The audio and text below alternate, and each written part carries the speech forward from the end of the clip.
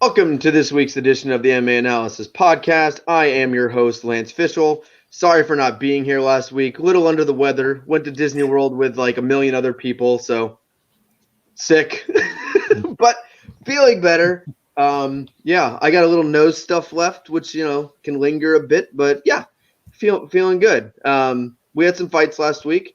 I have to pull up the card to remember. I recall them being disgustingly terrible outside of the main event. But we'll go through those, and then we do have a good card this week. Sean, how you doing? Doing good. Last week was obviously a shit show with Tout Master and doing all the signups, but we got through it. Everything worked out, so yeah, should be smooth sailings. All four of us are top 5 in Tout Master. That is for sure. Never finished Just a week. Quit now. Let's quit now. I always stop entering my picks usually about halfway through the year. I might stop now. I can't see a reason to keep going.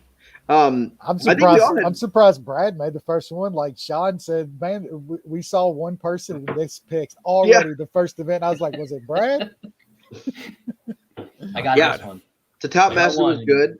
I think we all had pretty good cards. We were all on Kattar, pretty heavy, or Kattar. I always change how I pronounce his name. I go Kattar sometimes and Kattar. It's Calvin Kattar. Kattar, that's what I thought, yeah. I think I used to call him Kattar before I knew him, and then I changed it to Kattar, and then I just blacked out for a second. But we were all pretty heavy on him. I think I was up like a little under 3 units. It was a good day for me. How about you, Sean? Good day? Yep. Yeah, we had like the same card. Yeah, that's why I was like, we were fucked. Because usually when we have that similar bets, it's not usually a good night, but somehow we pulled through on this one. Well, when you told me you were like, you're gonna lose, I was like, what a dick! Like, 'cause I wasn't on the show.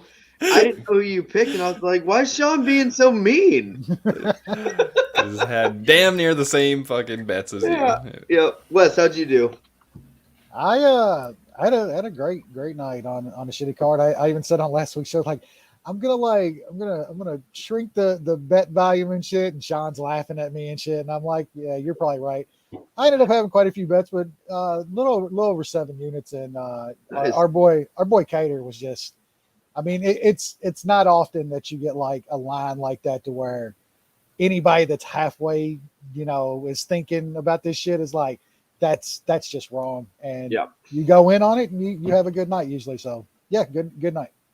Yep, it was good. Yeah, the fight was interesting. Like, I think we bet him for a lot of reasons. I think it was more just like, for me, it was overall the competition, the style, and things like that. But I wasn't sure exactly going into usually when I pick a big underdog, I see like a clear path to victory. Like, I can kind of visualize and go, hey, he's going to win like this. He's going to do this. That's how he's going to pull the upset. For this one, I was like, I'm not exactly sure. I just know he's going to win. I don't know how he's going to win. He could box him up. He could use the grappling. He could clinch him against the cage a lot and make it dirty. I didn't know how he was going to win. I was just pretty sure he was going to win. And like, even with the big odds, that's the only reason I was up on the night. That was my biggest bet on the big dog. The rest of the stuff was meh. But yeah, it was impressive. Brad, how'd you do? Same. Kattar, Algeo. Algeo, Jamie Pickett. That was Contender Series guys as favorites. Bunch of dogs that were just like, why are these dudes underdogs in these spots? Yep. Pickett was my last cut. I was like, all week. I think I even talked before. I said I was going to take, when we were talking like earlier in the week, I mentioned like Pickett's a possibility. I just couldn't press the button on Pickett. I was like, I've lost on this guy. He's really, really bad. I don't care if he's a dog. Like, I couldn't quite press the button on Pickett, but I mean, he's still not remotely even mediocre. But yeah, he did win. Some dogs went through. Just better than a shitty guy. That's all he has to be. You owe the audience a nice little Louisiana drag. The Raging Cajun Rosario Bontoron. He's the Bayou Bandito because he's trying. Man, I don't know if he deserves that pronunciation after what he put us through. Yeah, that was a fucked up one. I don't know what you guys had in this fight. I had Raw Dog inside the distance. Yep. Not happy with that. I mean, this motherfucker is tapping like a madman. Yeah, he did. I had. It was one, but in my mind, he was like 5 minutes. Yeah. Yes. He did it. If only. He did a fucking. He was doing the Jamal. The Bear Jr. Yeah. That was the worst hit I've ever taken. They had our boy Raw Dog at plus 425 after the second round. That fight was absolutely 1-1 going into the third. When it went to the decision, and I had no money on it at this point, other than like a Toutmaster pick, I was not confident in that decision. Watching it live and when you have an inside the distance bet too, I think you pay attention a little bit differently to the scoring because you're room for one thing. I actually thought it was 2-0 going to the third. I thought the judges would give the first to Bontoron, the Gumbo, but Raw Dog I think did maybe I don't know. That first round was super fucking close. It was very, very, very.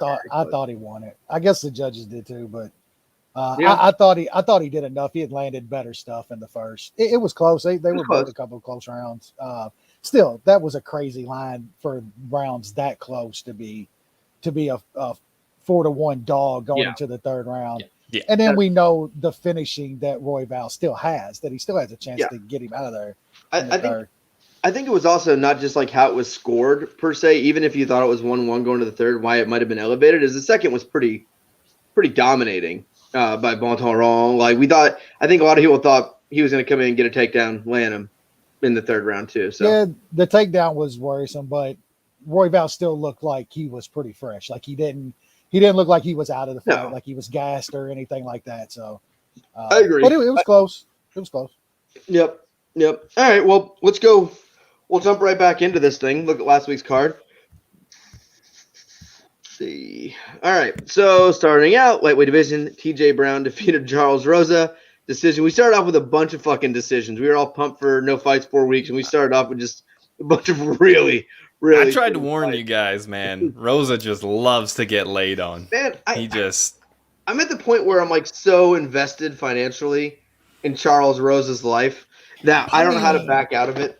I had like plus 700 on him to snatch a sub on this dude when he was going to be on his back for fucking 13 minutes. So I had the fight where I needed it to be to begin with. His jiu-jitsu is just not good enough. His bottom game is not good enough. That's the problem. His if he somehow gets top control, it's a different story. But when he's on the bottom, he got swept twice. He got top control a bunch of times. He was on top. I know, but usually, if he can keep top control, he can do some things with it. But against any dude that knows halfway what they're doing on the mat defensively, he's not getting anybody anymore. His subs just aren't. They're not vicious enough. You know what I'm saying? They're not Bronx like. He's just not going to snatch a dude up. I don't care who he's fighting next, and I don't care what the line is. Absolutely not. It can't. I gotta be done. Like it's like it'd have to be like some Brad shit, like some 15-1 sub or some shit like that for me to touch that guy again. Yeah. So, and TJ Brown, no, whatever. He's not good. He's not good. But that's where they keep getting us. Charles Rosa always fights the TJ Browns of the world, and we're like, well, there's going to be some grappling. Like, they're going to be all over the mat. Like, he's not very good. This guy sucks. Doesn't matter how bad you suck.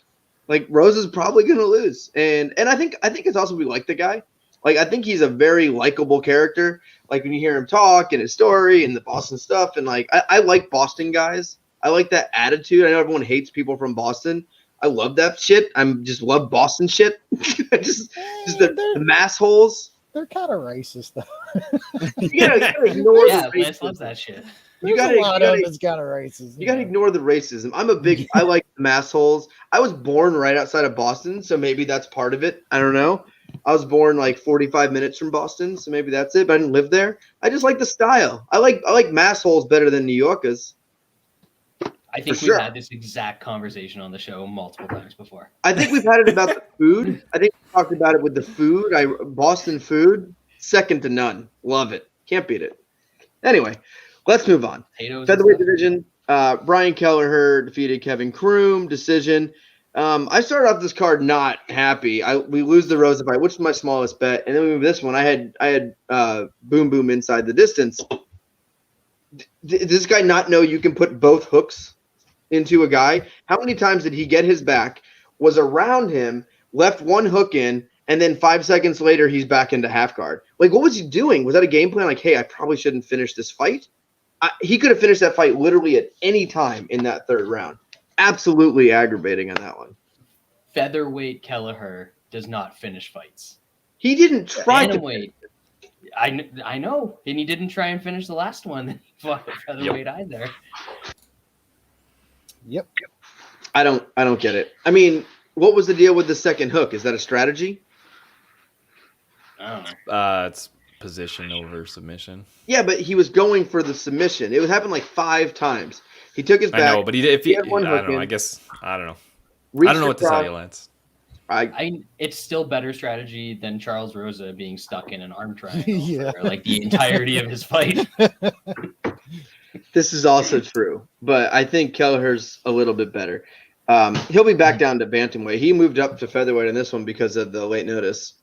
Yeah, and Kroom's he's a pretty big boy for a featherweight. Turn your lights back on, Lance. Jesus, pay the electric bill. Now she's turning it on and off, Brad. I see that. What did you do? Wes's screen's been purple for the last 6 months. We have to start a He GoFundMe. was fiddling with it last week, and it would kick in and out, so it was even creepier. Yeah. I forgot to mess with it this week. I don't know what the fuck's going on. Now I look like I'm in a hazy fucking hydroponics room. It's not looking good. You're having some issues there. Yeah. All right. Welterweight division. Court McGee defeated Ramiz Brahamash. I saw a lot of people betting on this guy, laying some. I some did. juice. I didn't. You did? Yeah, I bet again. I just faded Court is all it Yeah, was. I bet didn't the know. sub prop. I didn't know Court was gonna go off the heroin and jump on the magma. Dude, yeah. Like, if I'd have known that. Yeah, dude. Clearly juiced. Like, I know we joke around about. Absolutely. Clearly Yeah. steroids. I tweeted the one thing. I think of it. Court McGee from heroin to steroid. Like, this is the Court McGee story. Remember the 30 for 30s? He was clearly juiced. What's my number one rule of juicing? That man had veins. The armpit on vein. top of Armpit armpit vein. veins. He's never had Right. muscles like he had in that fight ever in his entire career. You know, they say that you never truly beat addiction. You just switch addictions. So obviously, as long as heroin it's a out, needle, as long as roids it's in. something in a needle. It's not about getting what high, it is. so It's the feeling. Like everyone that dips, they say you have an oral fixation. So you have to chew on a pen or a cap or something or take a dip. Same thing with needles. I don't need the heroin. I just got to shoot myself up with something as long as it's not a vaccine. there it is. Perfect. We don't know what's in the vaccine. Listen, I don't know what the fuck's in this needle. I ain't Steroids, who gives a fuck? Heroin, nah. Vaccine, get that shit away from me. Man, what do you think? I bet the percentage of like drug addicts who are unvaccinated, I bet it's like there's a correlation of like, I ain't using that, like with a metal spoon, getting that, Hey man, you got any spare used needles? Like, hopefully there's no fentanyl in this that drops me dead. But fuck that vaccine. You know what I'm saying? God, this shit is too much. We are living in a dumb time, bro. It is, Yeah, we dumb just time. don't live in a real place anymore. Anyway, yeah, Court McGee back. Yeah, so back. So bad. Fighter I challenger. mean, if Corbin Gee's back, then what does that mean? Carlos Condit's up. Carlos is back. That's confirmed. Ooh. That's definitely The fight confirmed. was fixed. I will still believe that. No, court's juiced. Everything's back. I mean, actually, like I thought he was honestly more aggressive than normal too. Yeah. So I don't know if like if he did maybe some blow in angry. the back before. He's shooting No, he steroids, stays away doing a from that. line, Just- and running to the cage. He's straight edge except for steroids. Yeah, roid rage. That's all I mean, he you needs. know, he's probably like 34, 35, something like that. I think Yeah. he's got to be like Mid-30s close to for 40 sure. at this point. Yeah. And he was the most in shape and jacked he's ever been. Yeah. Good for Lance, him. That's just AIDS hard don't work, clear dedication. up. You can't clear AIDS. You just inject money into your veins, and then it takes the symptoms away for a bit. Don't you watch South And then Park? occasionally has a flare up. Hate when I get an AIDS flare up. There is just Court nothing. McGee, 37. He is living a There you go. long 37. Dude, Yeah. his shoulders. He looked like one of those heavy, like those strongmen contest guys. He looked like Poods. Man. Oh, poods. Pood's out here fucking deading dudes in 2021. Like, No watch the fuck fucks. out. Poods. Four, Is back. 400, Fedor. 400-pound dudes just dropping them one shot. Oh yeah, Foods Fedor has to happen. Has to happen. Got to be made. Fedor's scared. Middleweight division, Jamie Pickett defeated Joseph Holmes. Another decision. This one extra sucked. Holmes really bad. He is Yep. horrible. And He's really horrible. like, and the announcers were bringing up a bunch, but like, anytime Pickett throws a punch, no matter what happens with that punch, he is clinching immediately. That's because he's terrified of getting fucking knocked I the fuck know. out like the ninja did. Like he was rocking him a few times and then just grabbing him like, and the other guy was so gassed. Like if he would have put together like 3 punches in a row, I think he's out of there in the third. And Pickett just absolutely no interest. But I mean, when you're a bottom feeder who's not very good, just like get as many paychecks and fights as you can before you get cut. Yep. Right? Yep. Or you get one knockout of the night, and that takes care of like 2 purses at once. Yeah. So another Then you set. can take a break. Yeah. Yeah, but I think Yeah, a but couple then of if you guys knock that pick it. somebody out, you might have to fight somebody good if you get a good knockout. That's risky. So It's true. There's risk there. It's very risky. Yeah, He's playing the smart I game. only played Pickett once he got up to plus 162. God, I didn't know he got that high. Well, he was like 130 when I passed on him. All right. By the way, division, Bill Algeo defeated Joe Anderson Brito. A little dicey at first. I would say the first couple minutes, but I think you could kind of tell once Bill survived on the ground at that first couple minutes that we were going to be pretty good. He did. Bill doesn't fight smart. He does lots of dumb things. Not just the end when he was like cheering when he should have went fucking landed some punches or whatever, but like he just does like little stupid things throughout the fight. And I think where he's lost some decisions in the past too, and like this one, the judges actually gave him probably too many rounds. Because wasn't there a couple 30-27s in there too? There was one. There was one 30-27. And like he eats punches probably worse than I've ever seen. Just how he reacts, not because he's hurt. He does this weird thing where he like goes like this after he gets punched, even if it's like a jab. So it always looks like his reactions are worse than they are. So someone should probably tell him to stop that. It's really weird. I don't know what he does. It's like when I bet on him, I'm like, oh my God, he's dead. Like every time he gets punched in the face, and he's not even hurt. Just how he reacts. Tim Elliott's bad body like language. Tim Elliott's a little bit like that too. Yeah, I had money on LJO, and I still downgrade him after this performance. Actually expected more from him. I mean, the early on it went exactly how I expected. He's got terrible takedown defense, and so the magma was gonna be able to wrestle early, and then he should have taken over. But yeah, it was I think closer than it should have been. Magma.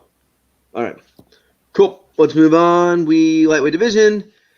We had a finish. It took a while. I don't want to pronounce this guy's name. Slava Cold Soup. Yep. Defeated Dakota Bush. Bush actually I thought looked pretty damn good the first minute. It came out not scared, attacked, and then just fucking got rib roasted. This was how'd that work out for him? Yeah, this was a nice knockout. Like this card had really punished us to start with. And this was a good finish. I thought it was even before the finish. I thought the first 2-3 minutes, like as it lasted, it was fun because Bush was like coming after him pretty good too. I don't know if Slava Claus is as good as everyone thinks he is. I think he's got good hands, but you get anyone that has, I would say, a high school wrestling level, probably takes care of this guy. But Bush decided he wanted to bang some more. Well, just match the dude up with strikers, and it'll be fun. I mean, he's not ever gonna be anything, so just put on fun fights with him. George, I think somebody tell George that he got hacked because he's handing out crypto advice in the comments. What is this? Is this a video game? George. Is this a video? I don't know. Who knows? How do you invest in a video game? It's NFTs, man. I thought NFT were like pictures. No, you can own like things as well. Come on, real? I thought NFTs were like a meme or something. No, it's NFTs are a right click and save as. That's and the NFT is the receipt that says you bought a picture. But I just like do it myself, and I don't try to knock it because I fully don't understand it. I don't understand it. So anything. There's a bunch of people that have made a ton of money in it. And I've not seen for me. There's people that's made tons of money, but Also, it could be like just the shit might fall out at any point. The smart ones in the space are just stealing all that money from the idiots in the space. Yeah. Another thing that I read. So do they still have that like virtual baseball card thing? Is that still around? Basketball. It was Top Shot was the basketball thing. It's still there. Still around? Yeah, I think I think I've made a little bit of money with that. Just are they all worth millions now? They're not worth millions, but I'll take my couple $100 here and there. I don't know. That was the one where you paid for a highlight. Highlights. Yep. Yeah, that you could just look up on the internet, right? I feel like the last couple years, this big crypto thing, the NFT, the Top Shot, I have never felt older in my entire life. Like I don't. You've never been older. Well, that is true. I don't understand. If someone was like, "Hey, buy some Bitcoin," I wouldn't know how to buy a Bitcoin. We know because you are the least technical person that works in the technical field in the world. I'm pretty technical. Don't. Pretty At technical. least with like Bitcoin has real world currency to it nowadays. You can literally. You can buy. Yeah, I can buy drugs with that. Well, I mean, no, you can use that shit to buy fucking shit on Amazon and shit now. Like you can buy to. You can go to El Salvador and try to buy beer with it, and I don't even know how to buy it. Well, that one country literally went to all Bitcoin payment. That's El Salvador. Is it like it's their entire shit? The first transaction was literally at McDonald's. Like, the dude got him like a number 8. I don't know how to buy it. I don't know these things. I can't figure it out. I'm not completely like I handle like our Salesforce operations shit. So like I can't be that horrible technically. No, it's just you have no time to learn this stuff. They've made it easy enough for an idiot to do it. So you just will never spend time to do it and see no reason to do it. I still don't even know what it is. I still don't know what a Bitcoin is. So when I hear Bitcoin mining, I think I'm the only person who's lost money in Bitcoin. Lance thinks you have about to Eastern Kentucky. It's like impossible. Some kind of hole digging up. No, I was in the one where the dude went to India and claimed he died, but he actually. Oh yeah, well I got my money stolen on that too. I mean, it's a long story. It's coming out on Netflix and shit. How do I mine Bitcoin? Like I go in my backyard and I dig deep enough and I find a Bitcoin. Yep. Yeah. Is that what it is? Exactly. Like buried treasure. Okay. It's starting to come together. Let's see. This Drendine said it's a good time to get into crypto. Nope. I use super low risk mutual funds. Long game. You gotta have those too. You know what I'm saying? Like you take expendable cash and you just give it a try. Like if you make some money and good. If not, fuck it. I was gonna gamble that shit anyway, you know. Brian said God can either make you a techie or give you intimidating forearms. Can't have both. I know what I got. Oh yeah. Sean's got some impressive fists though. We found that out. You might actually bust one in your pants when you see Sean's fist. How do you have muscular fists? It's a special thing. Not muscular. We'll just say that if he asked Luca to spar, Luca would have to turn him down because he'd be intimidated by those hands. Tell you what. So George said the popular NFT video game crypto. There's so many things in that sentence. Hold on. So an NFT is a picture of a video game of a crypto? Yeah, it can be like items in the game, like a skin or like a like a Donkey Kong banana. You got to pay $10,000 for instead of playing on your Nintendo. Something like that. Yeah, it's a little more than that, but it's the dumbest fucking thing ever. Trust me, as a gamer, they're idiots. I'm the one that's high up at a tech company. Why don't you let me handle these conversations? You just said Donkey Kong on your Nintendo. This dude's like 20 years ago and shit. Listen. He didn't even say Super Nintendo. He said on your Nintendo. I'm the technical one here. Also, Rendine, I believe. Or Dr. Endine. I might have to start calling him. Dr. I didn't realize that you were somebody in the chat last week, even though I've seen your name in the chat for months. So apologies. I don't know what you Because said. I asked what adrendyne was. Dr. Endine. It's his name. Yeah. It's his name. Yeah. Dr. Endine. Very smart man. Yeah. All right. Mukagian won another fight, ranked number 2 in the world, and it sounds like the UFC will be cutting her. How great is that? That's a win-win scenario for everyone. Women's MMA. That sounds perfect for women's MMA. Oh, right yep. there. God. Number 2 in the world in the most shallow division in sports. Won like 3 in a row, and they're going to cut her because even for women's 125, she's too boring. Yeah, she literally set a record that you really don't want. She's got the most decision wins in like women's MMA history. You do not want that. You're the most boring. You want a bunch of You do fights, if you don't want to be employed by the UFC.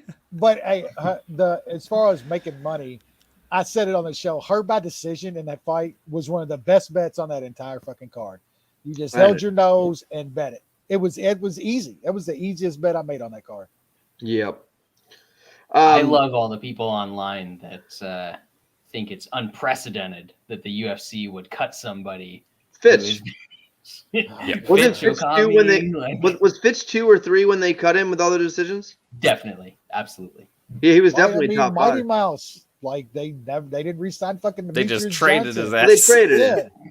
But they didn't for a re-sign, retired guy. They didn't re-sign Demetrius Johnson. Like, come on, they do that shit constantly. I'll say this. I think the UFC got the best end of that deal by far. Have you even heard Mighty Mouse's name since he got traded? No, he lost. He lost. Yeah, no one watched it, did he?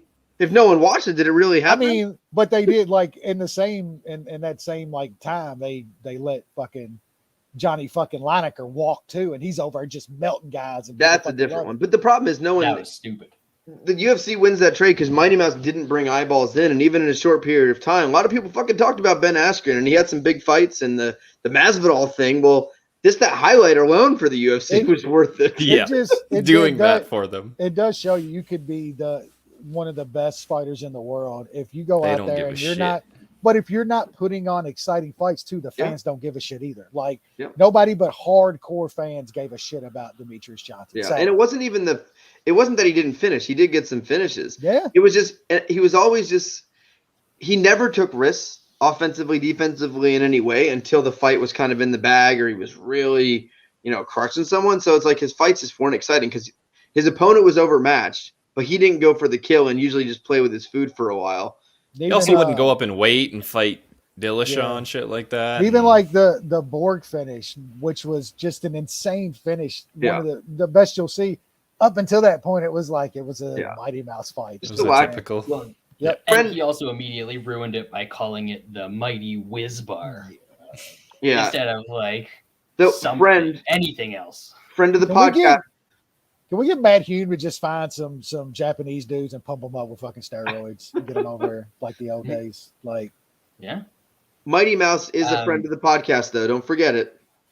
True. I interviewed Mighty Mouse when it was me and Ivan. He bought me dinner, or he bought me breakfast one time when I went Mighty to Mouse? fights with Trish. Yeah, because we were at the front of the line and Trish knows him, and he's like, "Oh, we're in a rush. It was fight day." So he's just like, "Can I take your spot and I'll just pay for your food?" I was like, "Yeah, let's do it." That's hilarious.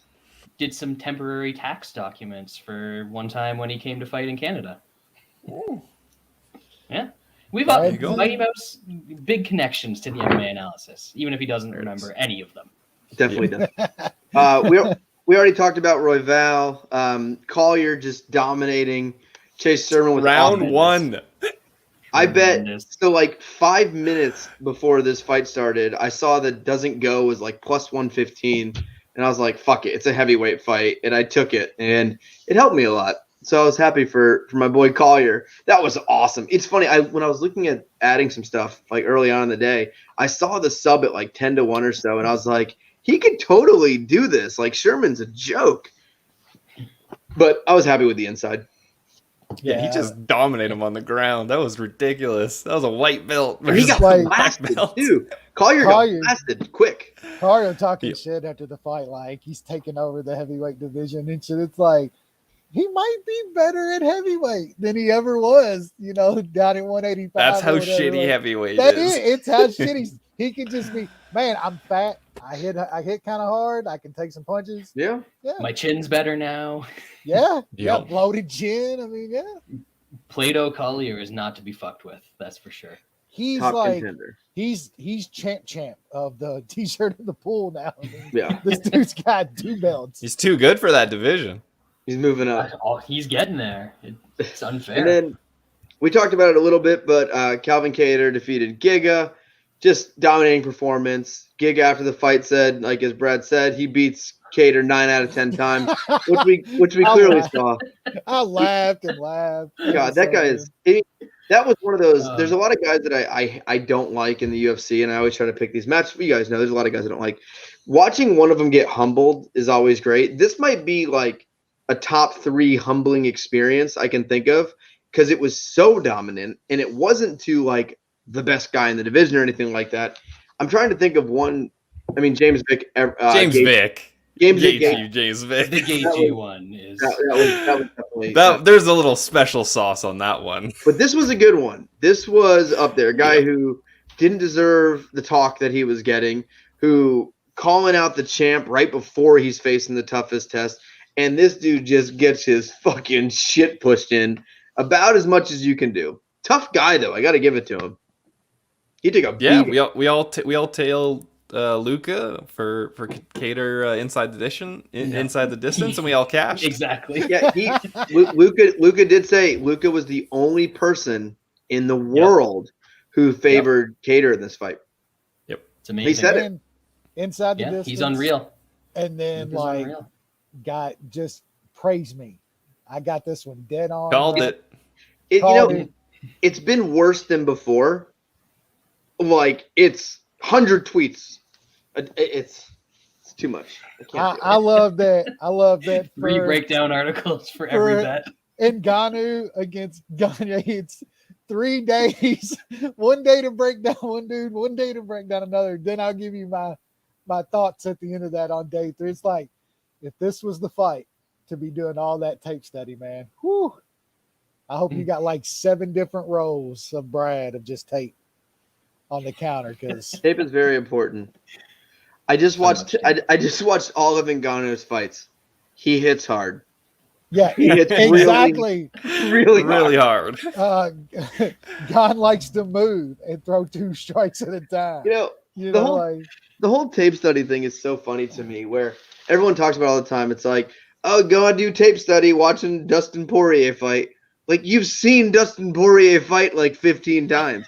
Do you not know what he does? Like, I understand if you say tape, I wouldn't call it tape study. But like, if there's a debuting fighter, you haven't seen him before, or it's a fighter maybe you've watched once and you're not sure about, like, sure, watch one of his old fights, let it ring a bell, do that. But like, there's nothing funnier. It's like, all right, doing tape study. Got Conor McGregor ready to roll. Get to watch his fights because I don't remember. Walking in 8 hours. Let's go. Gotta watch it in half speed to make sure I don't miss. So anything. I watched all Conor's fights and I noticed he hits harder with his left hand than his right. Yeah. I don't know if this is in the notes, but he appears to be left-handed.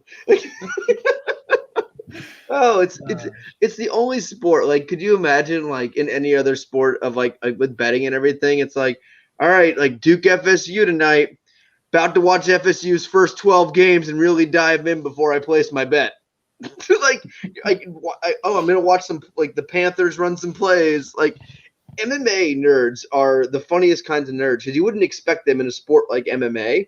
It's almost like MMA. It's like attracts the biggest losers because they would never be tough enough to do something like this, so they're automatically kind of drawn to it.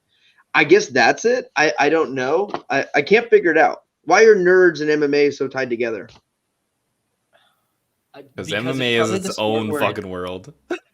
Just the nerd of it. It's easy enough for them to take completely out of context numbers and spin them to say whatever the hell they want to say. That makes no sense. The stats dudes are just are something else in MMA. Like these dudes that post all the this dude's got this many significant, like y'all don't even know what a significant strike is to begin with. How the fuck are you literally using the numbers?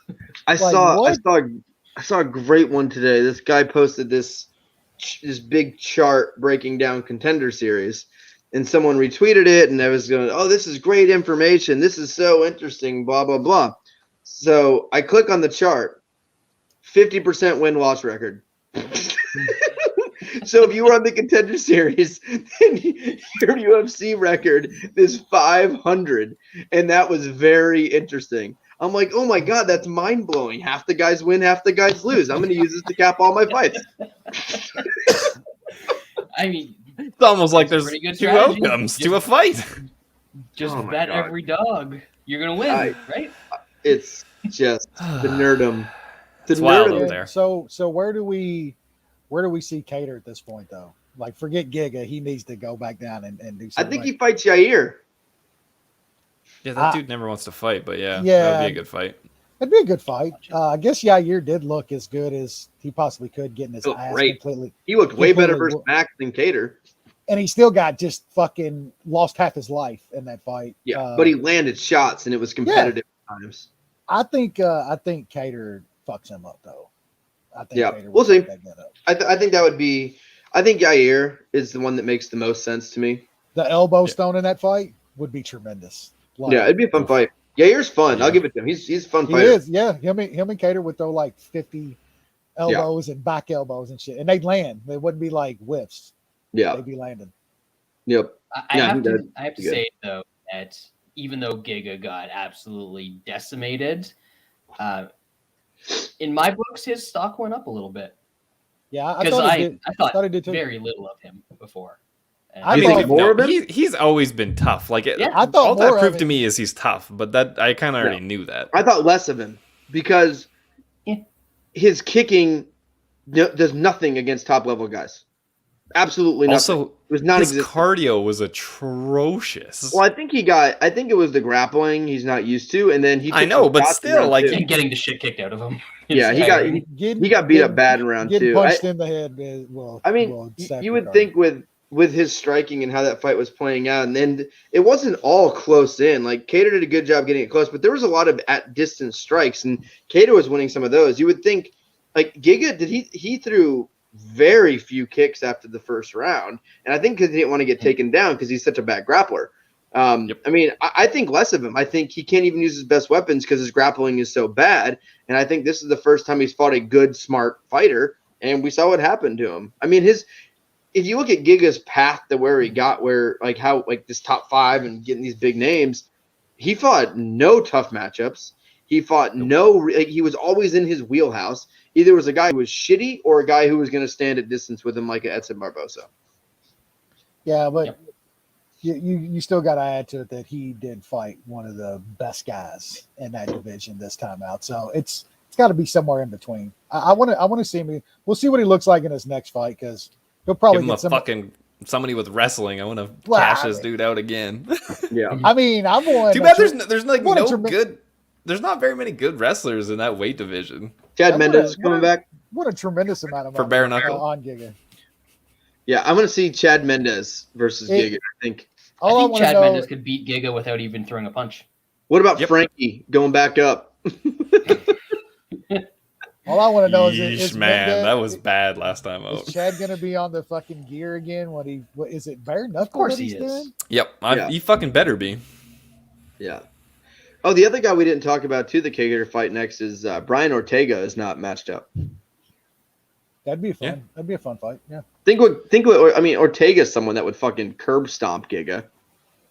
He'd take him Yeah. down and submit him instantly. Yep. I mean, no contest.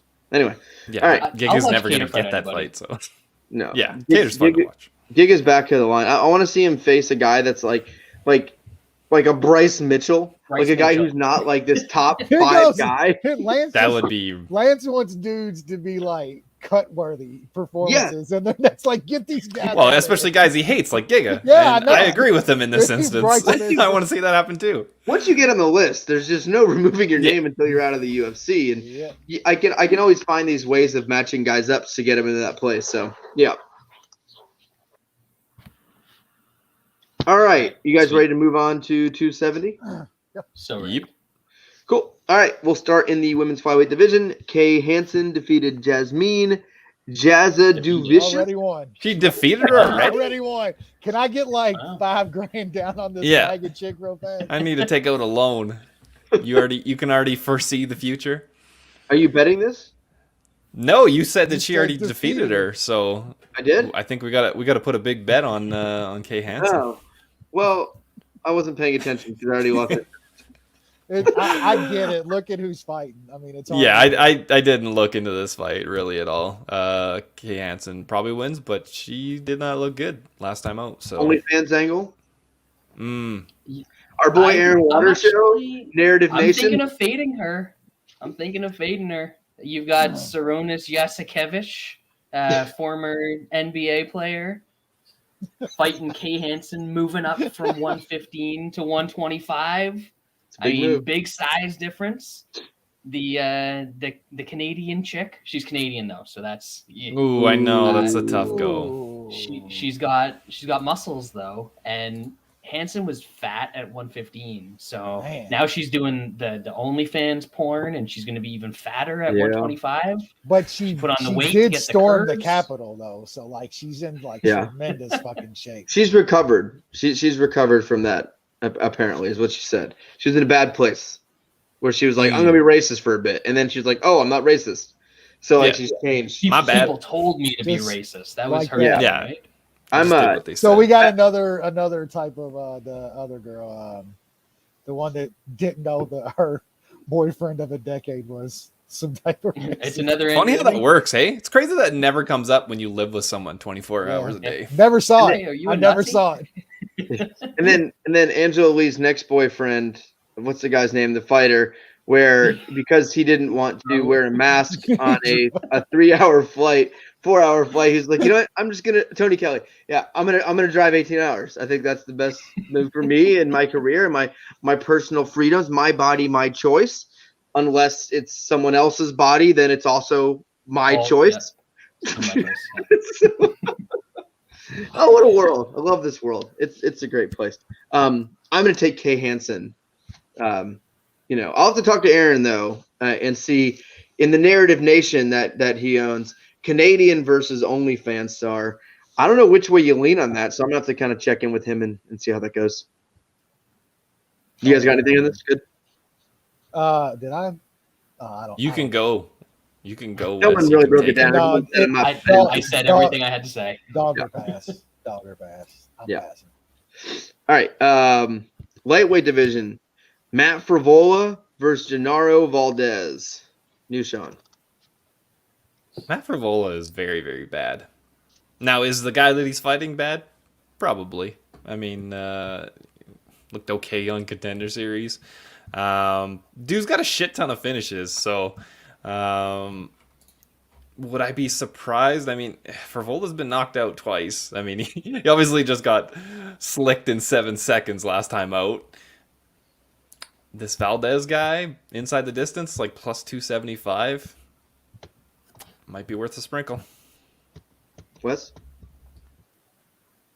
Yeah, I think we kind of talked about it before the show that Frevola just seems to, I don't know, he's got inflated lines, man. Even when he wins, it just seems like he's just way overpriced for what kind of talent the guy is. I don't get it.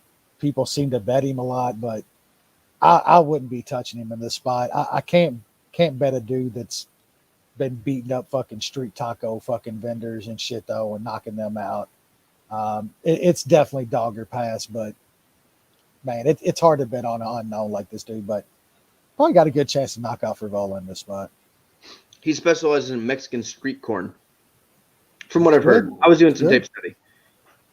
It's not tacos and street corn. It's Mexican street corn vendors. I only get that from fucking tape study. Well, 2 fights ago, he fought a guy that does more carnitas, and then the latest fight was the Mexican street corn vendor. I don't know who he has next. Matt Frevola. He probably unseasoned hot dogs with ketchup. Avocado toast. Just ketchup. The only condiment available. All right, Brad. Yeah, I can't back Juan Valdez's son in this one. I mean, the Colombian MMA scene is way worse than the Colombian coffee scene. So I just think that, he's got this inflated record. Colombia is like the Midwest of Mexico / Central America / South America. All of those countries that you guys hate in America, Colombia is the worst of them. And Matt Frevola is chinny. He might get knocked out, but I think this guy's more of a grappler anyway. So if this turns into a grappling match, Frevola's going to be the one on top, I think, and he'll be able to survive. Yeah, we were talking about this fight a little bit on the pre-show, and kind of like what Wes said, I was like, Frevola is one of the randomly, like, he's favored for no reason. People like him, bet on him for no reason. The guy's kind of talentless. There's not a lot there. And Brad said, I don't know much about this Valdez guy, and I go, it doesn't matter who Matt Frevola is. I don't matter he's that. What I said, I can't talk today. I think it's the sickness. He's facing Matt Frevola. It could be. He's facing Matt Frevola, and Frevola's just not good at anything. Like, even if it turns to grappling, Frevola's not a good grappler. He's one of those guys that kind of trips, falls, and ends up on top sometimes. He's not a guy that's going to threaten you on top. He's not going to hurt you while he's on top. And if he's on bottom, he's probably not going to get up. And I think Valdez throws high enough volume. I think he can scramble a little bit if he does get to the mat. And I think he's just a better striker. And I think on the ground, I think he's good enough to hang with him. And I think it's like plus 165, something like that. So yeah, I like Valdez here, whoever he is. The guy he beat, he was a minus 2,300 favorite at Bet Online for his Contender Series fight. That's how good he is.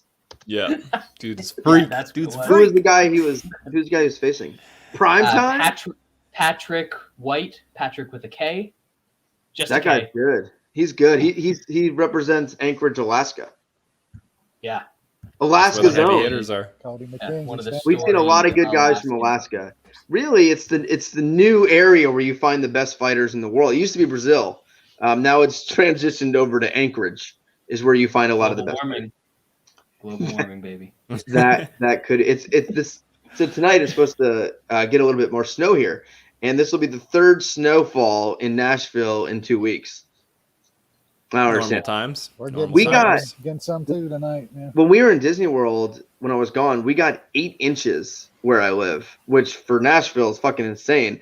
And then last weekend, we got like 1.5 inches, like not much, but like 30 minutes south of us, like the other side of Nashville, got like 7-8 inches.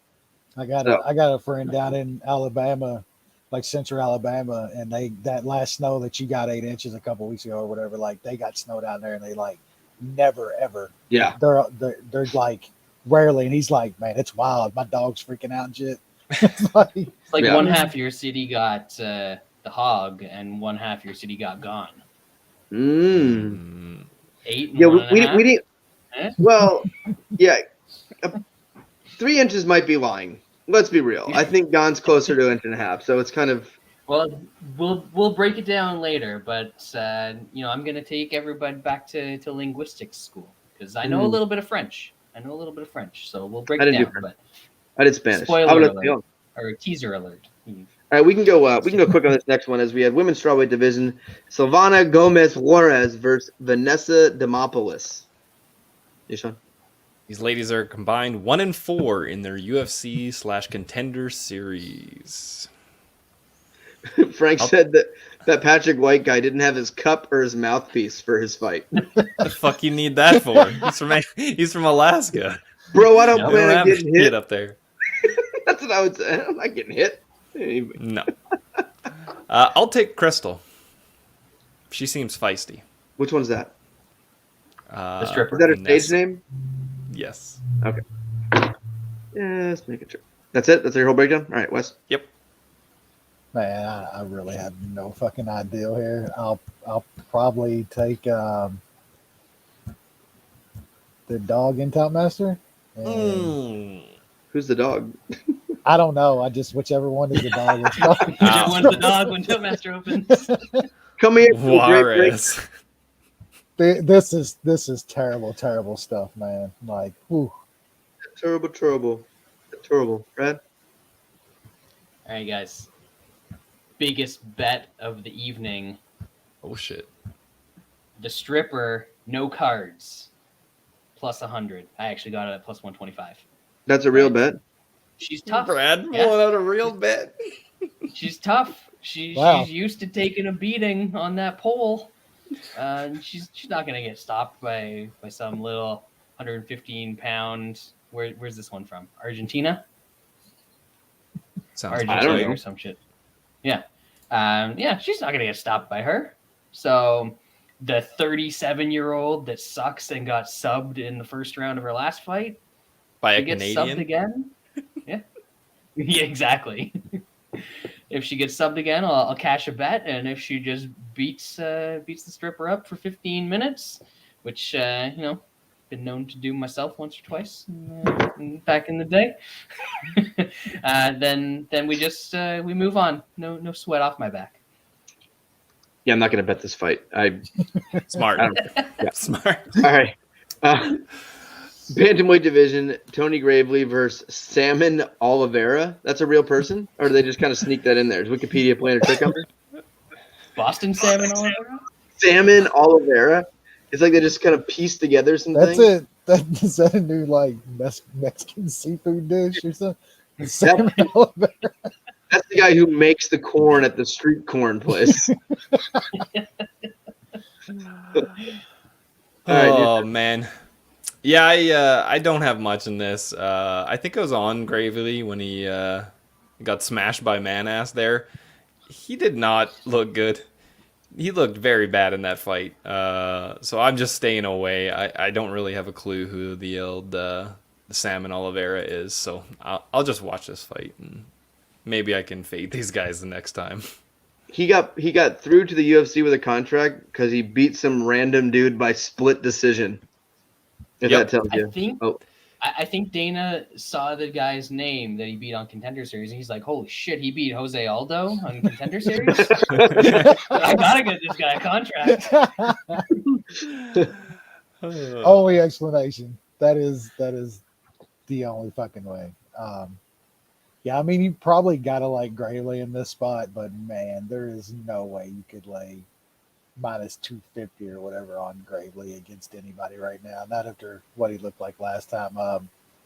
I think he could probably get a win here, but man, that's just too crazy of a line for me. It's just another pass. Brad?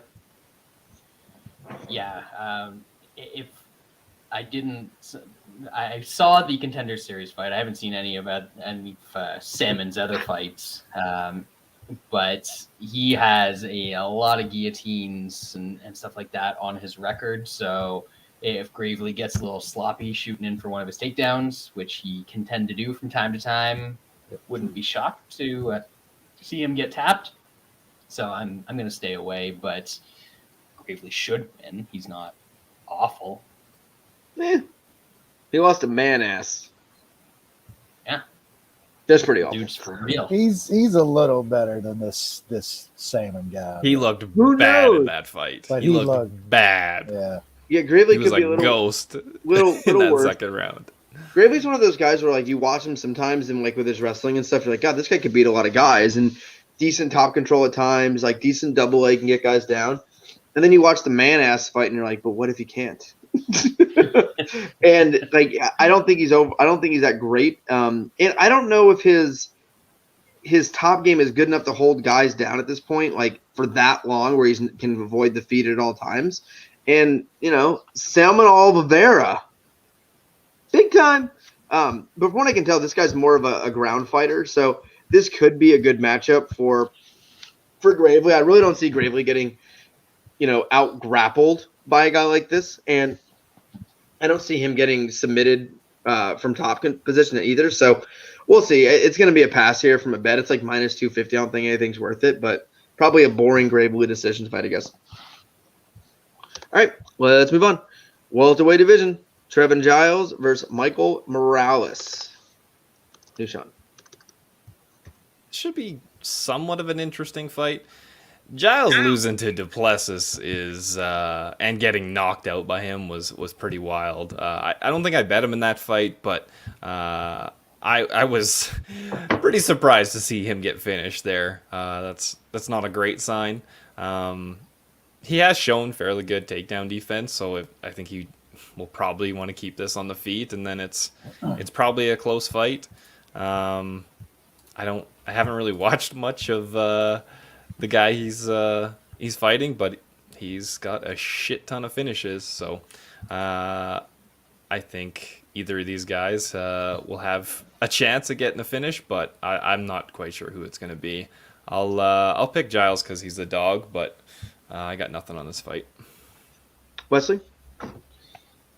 Yeah, I mean that last one out for Giles doesn't look great, but man, I don't see him getting manhandled in this spot against this little beanpole kid that's got. I mean, I saw his Contender Series fight. I haven't seen anything besides that, him beating up a bunch of bums. But the first time he's in was somebody halfway decent. I mean, he got a decision. It was unanimous. I just don't think he's going to be able to body Giles like that in this spot. And I just think Giles is the better fighter, the way more experienced fighter. He's been in there with some decent dudes over the years. Man, as a dog here, I don't agree with that. I think Giles should be slightly favored here. So I'm going to take a small shot. It's nothing big, but I think Giles could definitely get a decision in this fight. Old man Giles better not lose to a guy that was born in 2000. I mean, this dude's like fucking beanpole, dude. Fast. He's fast. Like, no. I think Giles can manhandle this kid, man. Fred? I think Morales can be decent. I think he's got some of the physical tools that work well in modern MMA, but he's still super green. If I remember correctly, his Contender Series fight, I didn't go back and watch it, but his opponent got pretty tired pretty quick. It started off kind of rough for Morales, and then he was able to take over, get takedowns, all that sort of stuff. So, the fact that he can stick around for 3 rounds is good against Giles, because at any point in any fight, Giles could absolutely blow it. Get subbed in the first 3 seconds of the 3rd round or something stupid like that. We've seen some wild shit in Trevin Giles fights, but I've got to go with the vet to sort of hold him off. And Trevin Giles has mostly lost to quality guys. He doesn't just lose to any bum off the street. And we've got another situation here where we had it twice last week. It worked out twice last week.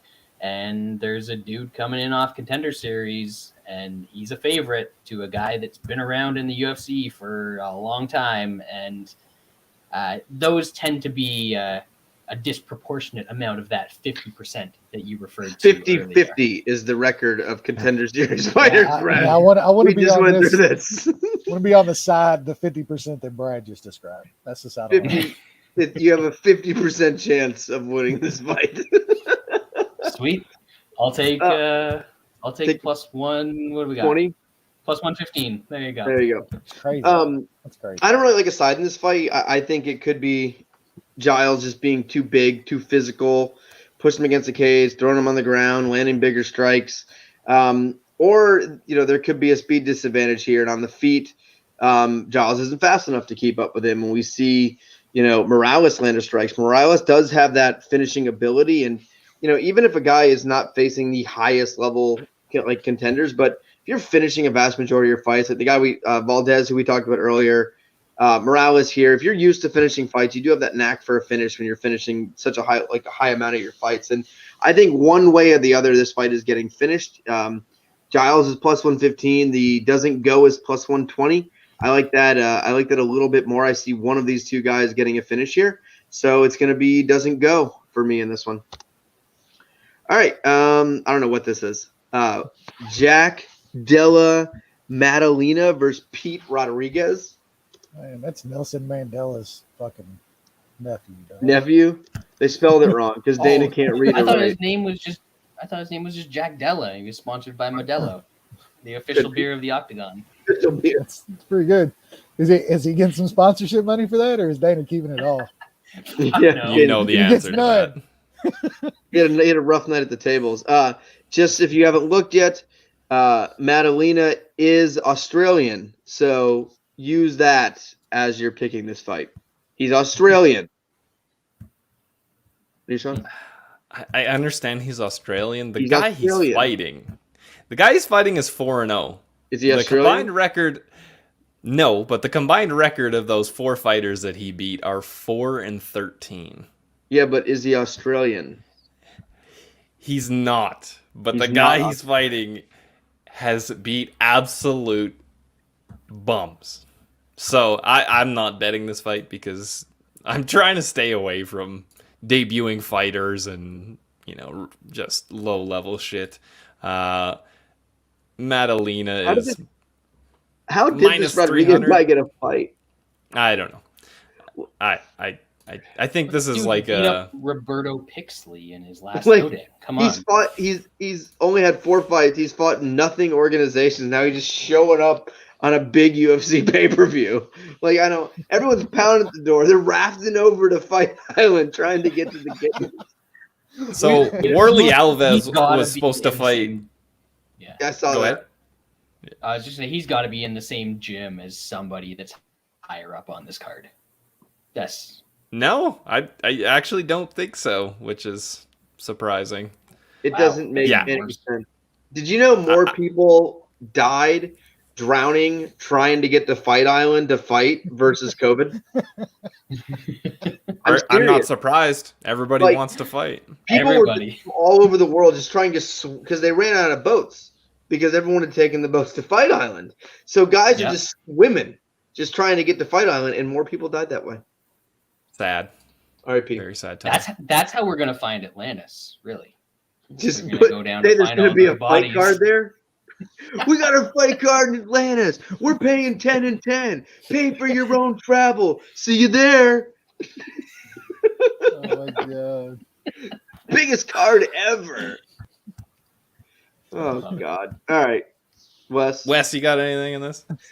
No, man. And I don't know how you could lay minus 300 or something on this guy. Like, who are these dudes? Fair.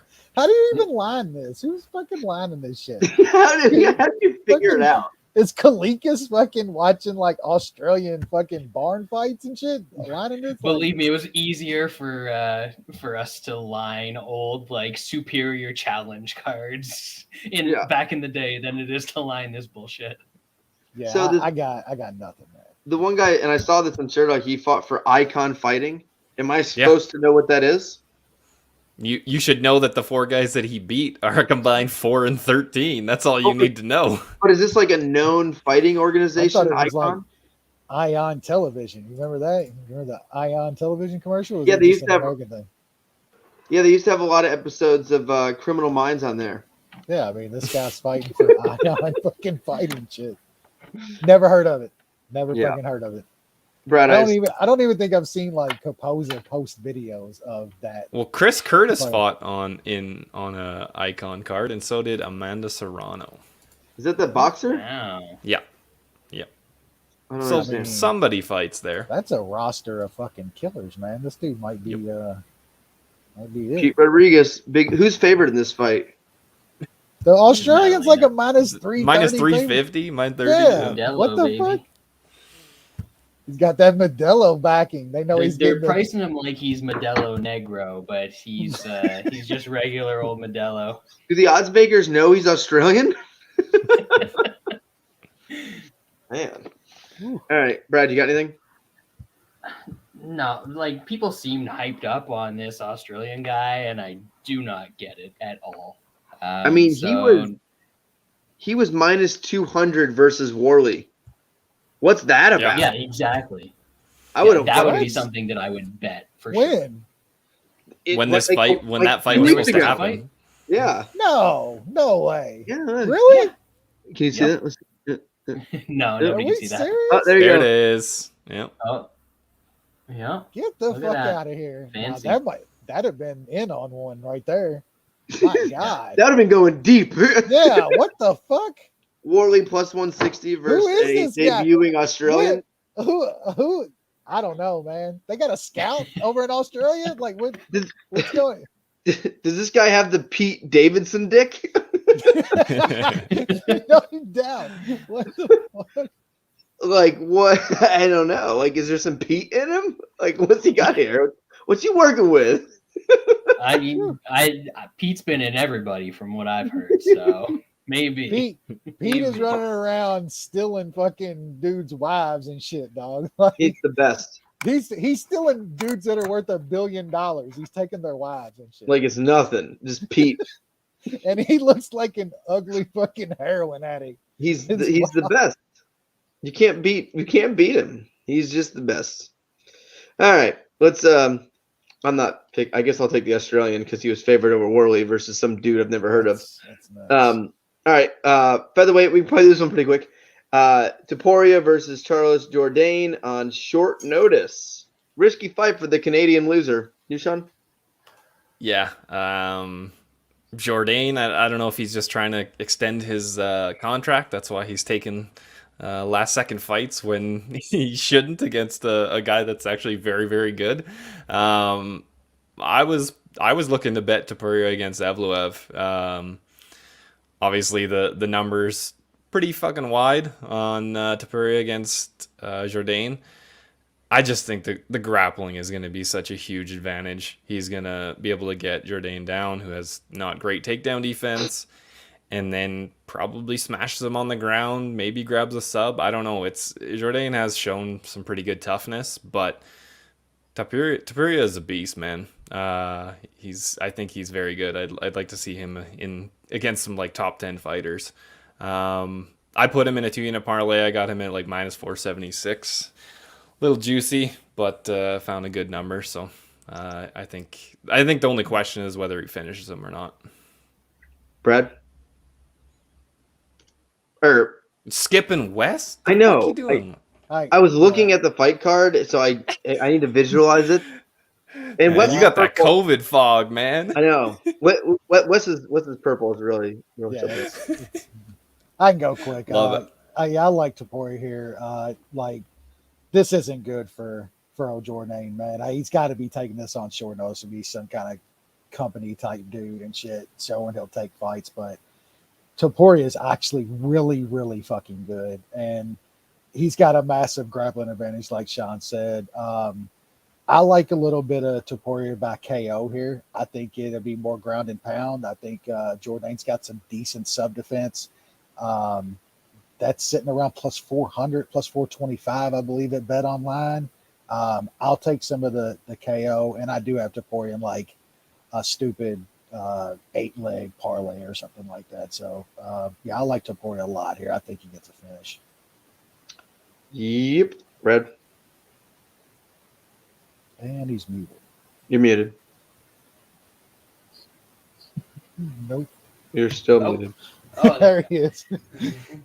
Yeah, hard not to like Topuria in this one. I was kind of thinking of the over just because Jourdain is tough, but he's also been rocked early in a bunch of fights against a bunch of bad guys. So if Topuria blows him out in the first minute or two, would not be shocked whatsoever. So I think I'm just going to end up passing this one, which unfortunate because it'll probably be rather entertaining. Yeah, I like Topuria in here, obviously, at this line. I was really excited about the Evloev fight, and I was definitely going to be on Topuria.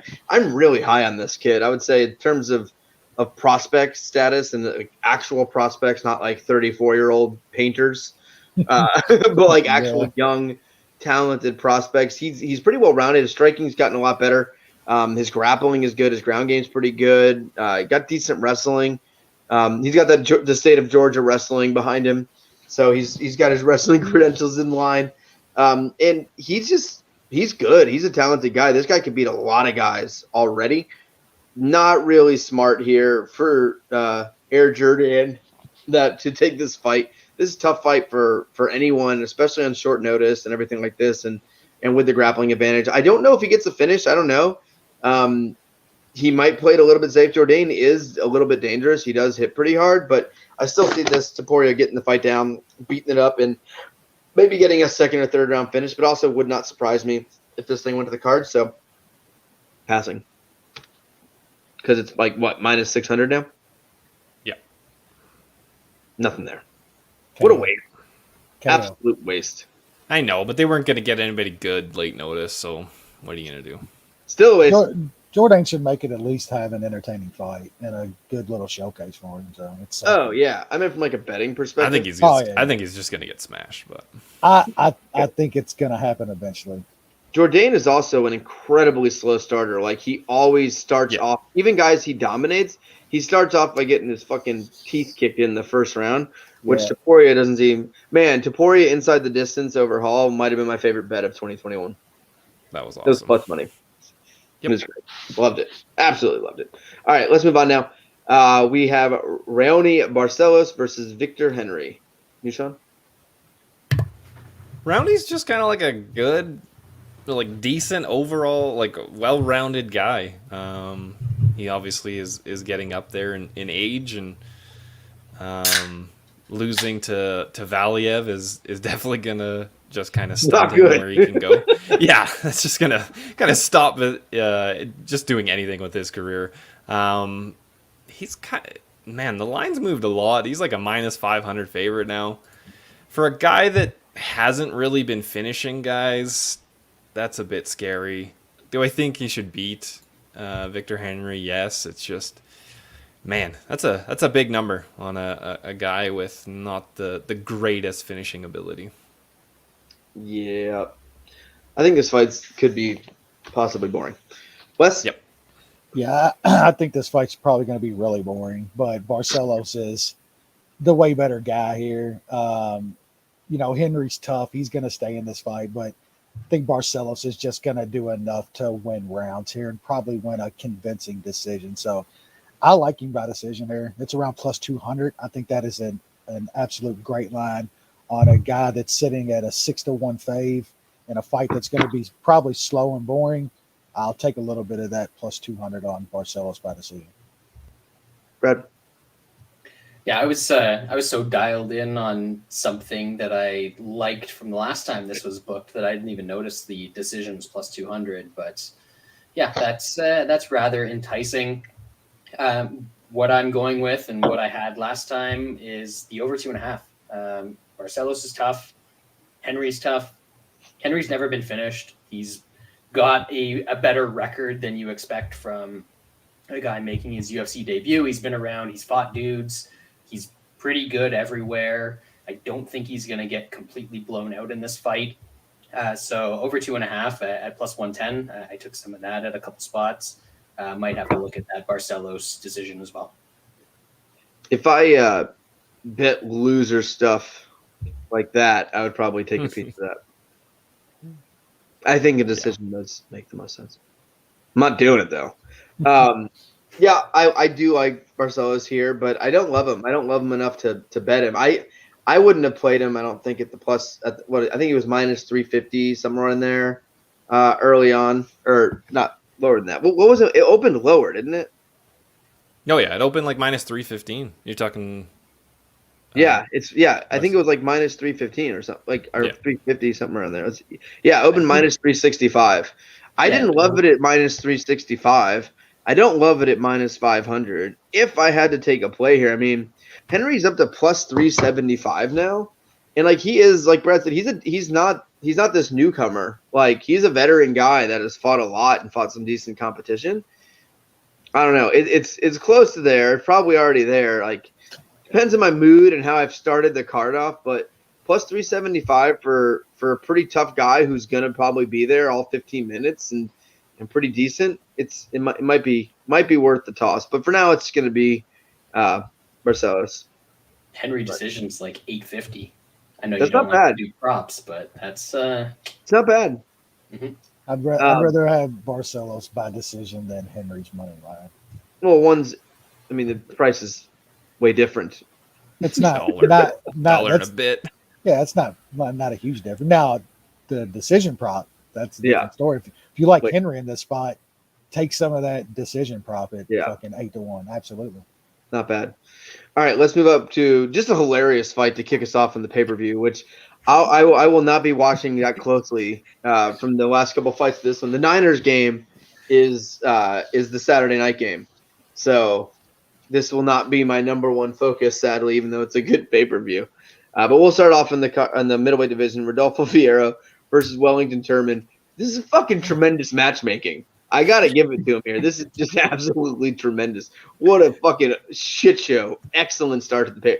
There's no way this is going to suck. It's going to be fucking tremendous or laugh or whatever it is. So, yeah. You done?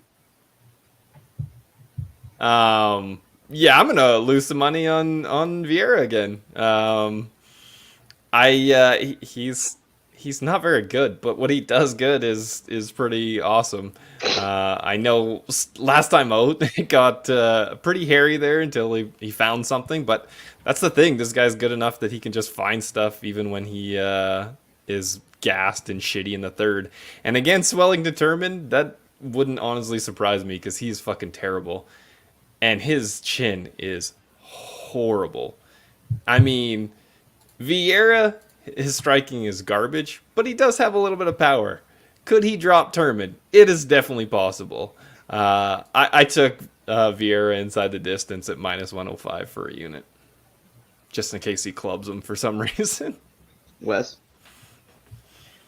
Yeah, man, it's a scary proposition because this dude gassed harder than probably any person I've ever seen gas in the history of fighting, and in a fight a couple back. But his last fight, I mean, he was getting tired, but he still got it done a little later in the fight. And, man, Turman is bad. He's really bad. He can be taken down. Like, he's probably going to get just double-legged and taken down and choked is what I think. Like, Sean's right. Vieira, his striking's not good, but he's got some pop when he lands. And, Wellington's chin isn't good. I still think it's going to be a Vieira-type fight here. Takedown, mauled, and a choke. Turman sucks. I just hope he gets it done in the first round so I don't have to start fucking worrying about this dude. Yeah, looking like he's fucking drunk because he's so tired. So, yeah, I'm going Vieira inside the distance as well. But like at the same time, like Vieira, he had that great first round in his last fight, and then second, I was like, oh god, here we go again. Yeah. And then this motherfucker just like gets a second win, takes over, and finishes in the third round. It looked better. Yeah, he could have learned something from this too. And I think Turman's definitely the worst guy he's fought over the last three fights. Clearly, yeah. Turman's as bad as it gets. Like if he didn't get the Sam Alvey fight, then he would have lost again. Yeah, he was life and death in that fight too. Sam Alvey has another fight coming up. That's why. Banging on the Insane. door. Insane. They're renting submarines just to get to Fight Island because over the water is too busy. They can't take boats anymore.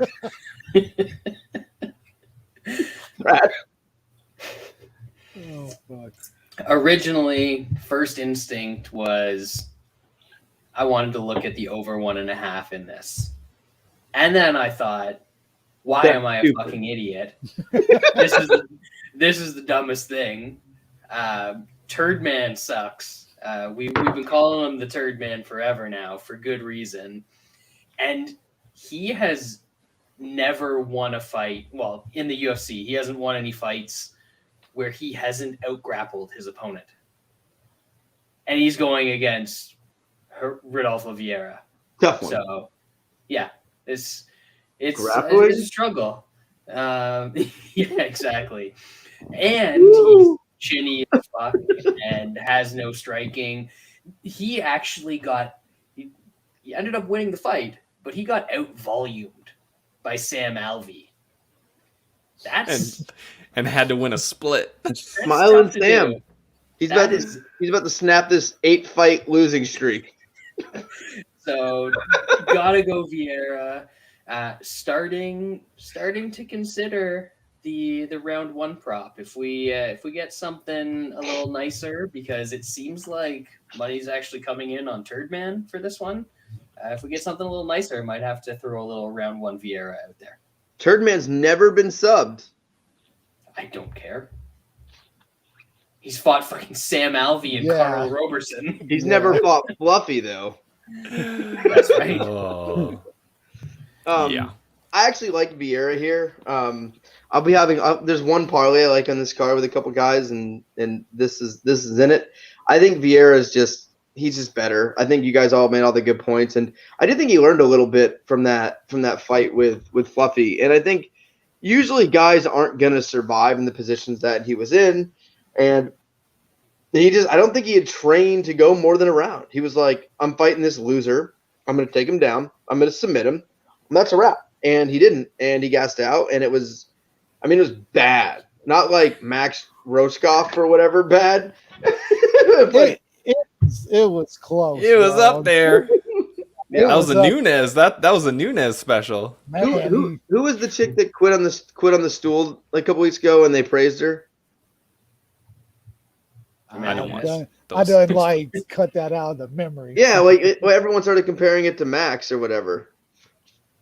Hold on. Now I gotta find it. You pay Yeah. too much attention while women are fighting.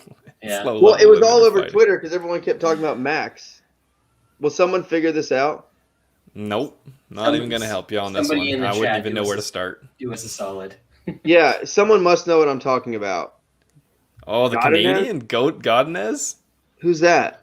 That could be it. I mean, the funny thing is, you can tell me the Godinez. name, and I'd be like, "Who are you talking about?" Yeah. Who's that? Did she quit on the stool? Did she quit on the stool? Godinez MMA. Let's see. Godinez stool quit. Lupita Godinez. No, she won her last fight. Yeah, but the one before that. No, this was recent. Oh, okay. And everyone Was was it like, like they actually quit in the corner, or they didn't want to come out, or Are we talking October, Lance? Because It was a never no-moss mind. That was situation. decision. I feel like it was I don't someone know. famous. You care way too much about some shitty fighter that quit on the stool, and Well, you now don't I'm even in. remember. Now I'm in. Oh, it was. Hold on. Was it Calvillo? Cynthia She quit on the Calvillo? stool. I think she wanted to quit. I'm not sure if she did or not. No, I think- Calvillo did like stop between. Yeah, it was rounds and Calvillo all, against so, Andrea Lee. She quit on the stool. No moss. yeah. She was getting fucked up. It was Calvillo. It was definitely There we go. Calvillo. She Got me no so moss. excited I fucking left. Yeah, Calvillo. I nailed it. Ay, ay, ay, ay. She had her I think I was sweatpants in the on. middle. Never get that Don't 3 walk on minutes that lit one. back. Have you guys ever heard someone call sweatpants quitters? Nope. Just use it. It's a good one. Mm, It stuck for a while. Because if you wear sweatpants, you've quit. I wear a lot of sweatpants now. I wear Outside sweatpants of the every day. house. And not like nice dress, like nice like joggers or whatever sweatpants. I mean full on quitters, like $3.99 at Walmart. No, I do. If I go I out don't- sweatpants, they're kind of more like the nicer sweatpants with pockets on the side. No, I'm talking about full on quitters. Yeah, Yeah, those no, are home. I rock some Gap sweatpants. You know. Yeah, I got like some Tommy Those sweat, are some quick. nice ones. And stuff. But like at home, it's quick. Oh, home's different. My work outfit is a polo or dress shirt with like the other day when I was in a work meeting, I was wearing 49ers like Christmas pants, and we were on like an internal meeting, and I stood Oh, up we've seen those. and they're like, "Dude, you're wearing Christmas pants." I was like, "Yeah." Yeah.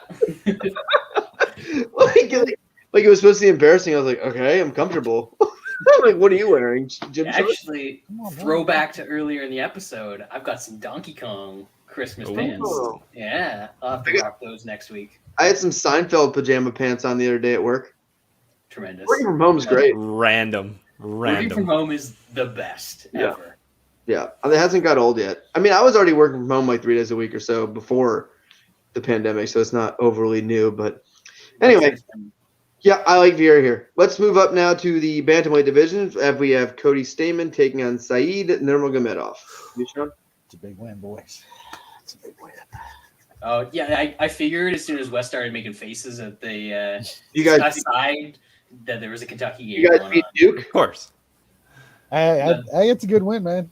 They beat like Texas A&M or some shit. K's just done, man. That guy would walk now if he could. He's completely done. He doesn't give a shit. Yeah, we're too good. Saturday's big, man. It's UFC pay-per-view, Kentucky, Auburn, 49ers, fucking Packers. Like Well, Kentucky, Saturday's a big day. we have our big game. We're playing Miami, which right now is they're first in the conference. Bad conference. Really.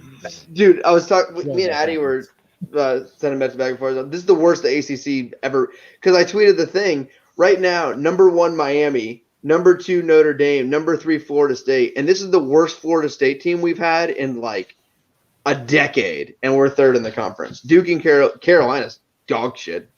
Yeah, I think it. I saw them losing the other night. Duke and Carolina on the same night against like unranked ACC teams or something on the same night. Hadn't happened in like 40 years or some shit like that. Yeah. Like they're down bad. It's not good. Did you see my boy Leonard Hamilton's overtime record though? Have you seen that? Oh my God. No. Florida State has the most consecutive overtime wins in the history of college basketball. We have won 13 straight overtime games. Damn. Just good coaching. Just X's and O's guys like Leonard Yeah, Hamilton. shout out Yeah. Joe B. Hall, who we lost this week. That's the dude that gave Leonard Hamilton his first coaching job. Well, thank you. He was like one of the first black assistants on Joe B. Hall's team back in the 70s when shit was still kind of That crazy. wasn't allowed back then. Well, that in the SEC, it was still kind of like not a lot of people. Frowned upon. Yeah. Jesus Christ. You didn't have the best. If you were informed, That's, you know? that's back when it was called the blacklist because it was a little on the nose. No, Let's just say that True, much. true. Yeah. terrible. Oh, God. All right. We already announced it. Stamann. Yep. Let's go. You, Sean? Yeah, I think this could be a close fight. I'm surprised that Nurmagomedov is as big a favorite. I mean, the number has come down this week. The guy's just not that good. Like, I think that name gives him, a couple, like 40, 50 more cents on any line. I could see Stamann kind of implementing the same strategy that Barcelos did, mixing up the wrestling, doing all right on the feet. I think Stamann can get this guy down for periods of time. He's not that great of a wrestler. So I think it's going to be a closer fight. I mean, I don't know if Stamann definitely wins, but I think if we can see the scorecards, it might be a close decision. So I took Stamann. I got him at plus 200 for a unit. Yes. Yeah, I agree with a lot of what Sean said. The old Saeed bet. A Saeed bet? Yeah, he's not the same as the others really. He likes to stay on the feet a little bit more of a striker. A striker that maybe hits with some pillow fist, and I don't think that's gonna bother Stamann as much here. And I don't think Stamann's in a fight here against a guy like the snooze machine or anything. He's not got to worry about getting grappled on. I think for the first time in a while, he's going to be the better wrestler and grappler in the spot, and I think that's an area he can exploit here. In a fight that, like Sean said, I think is going to be close on the cards. I'll definitely take a number like that on Cody Stamann here. Brad?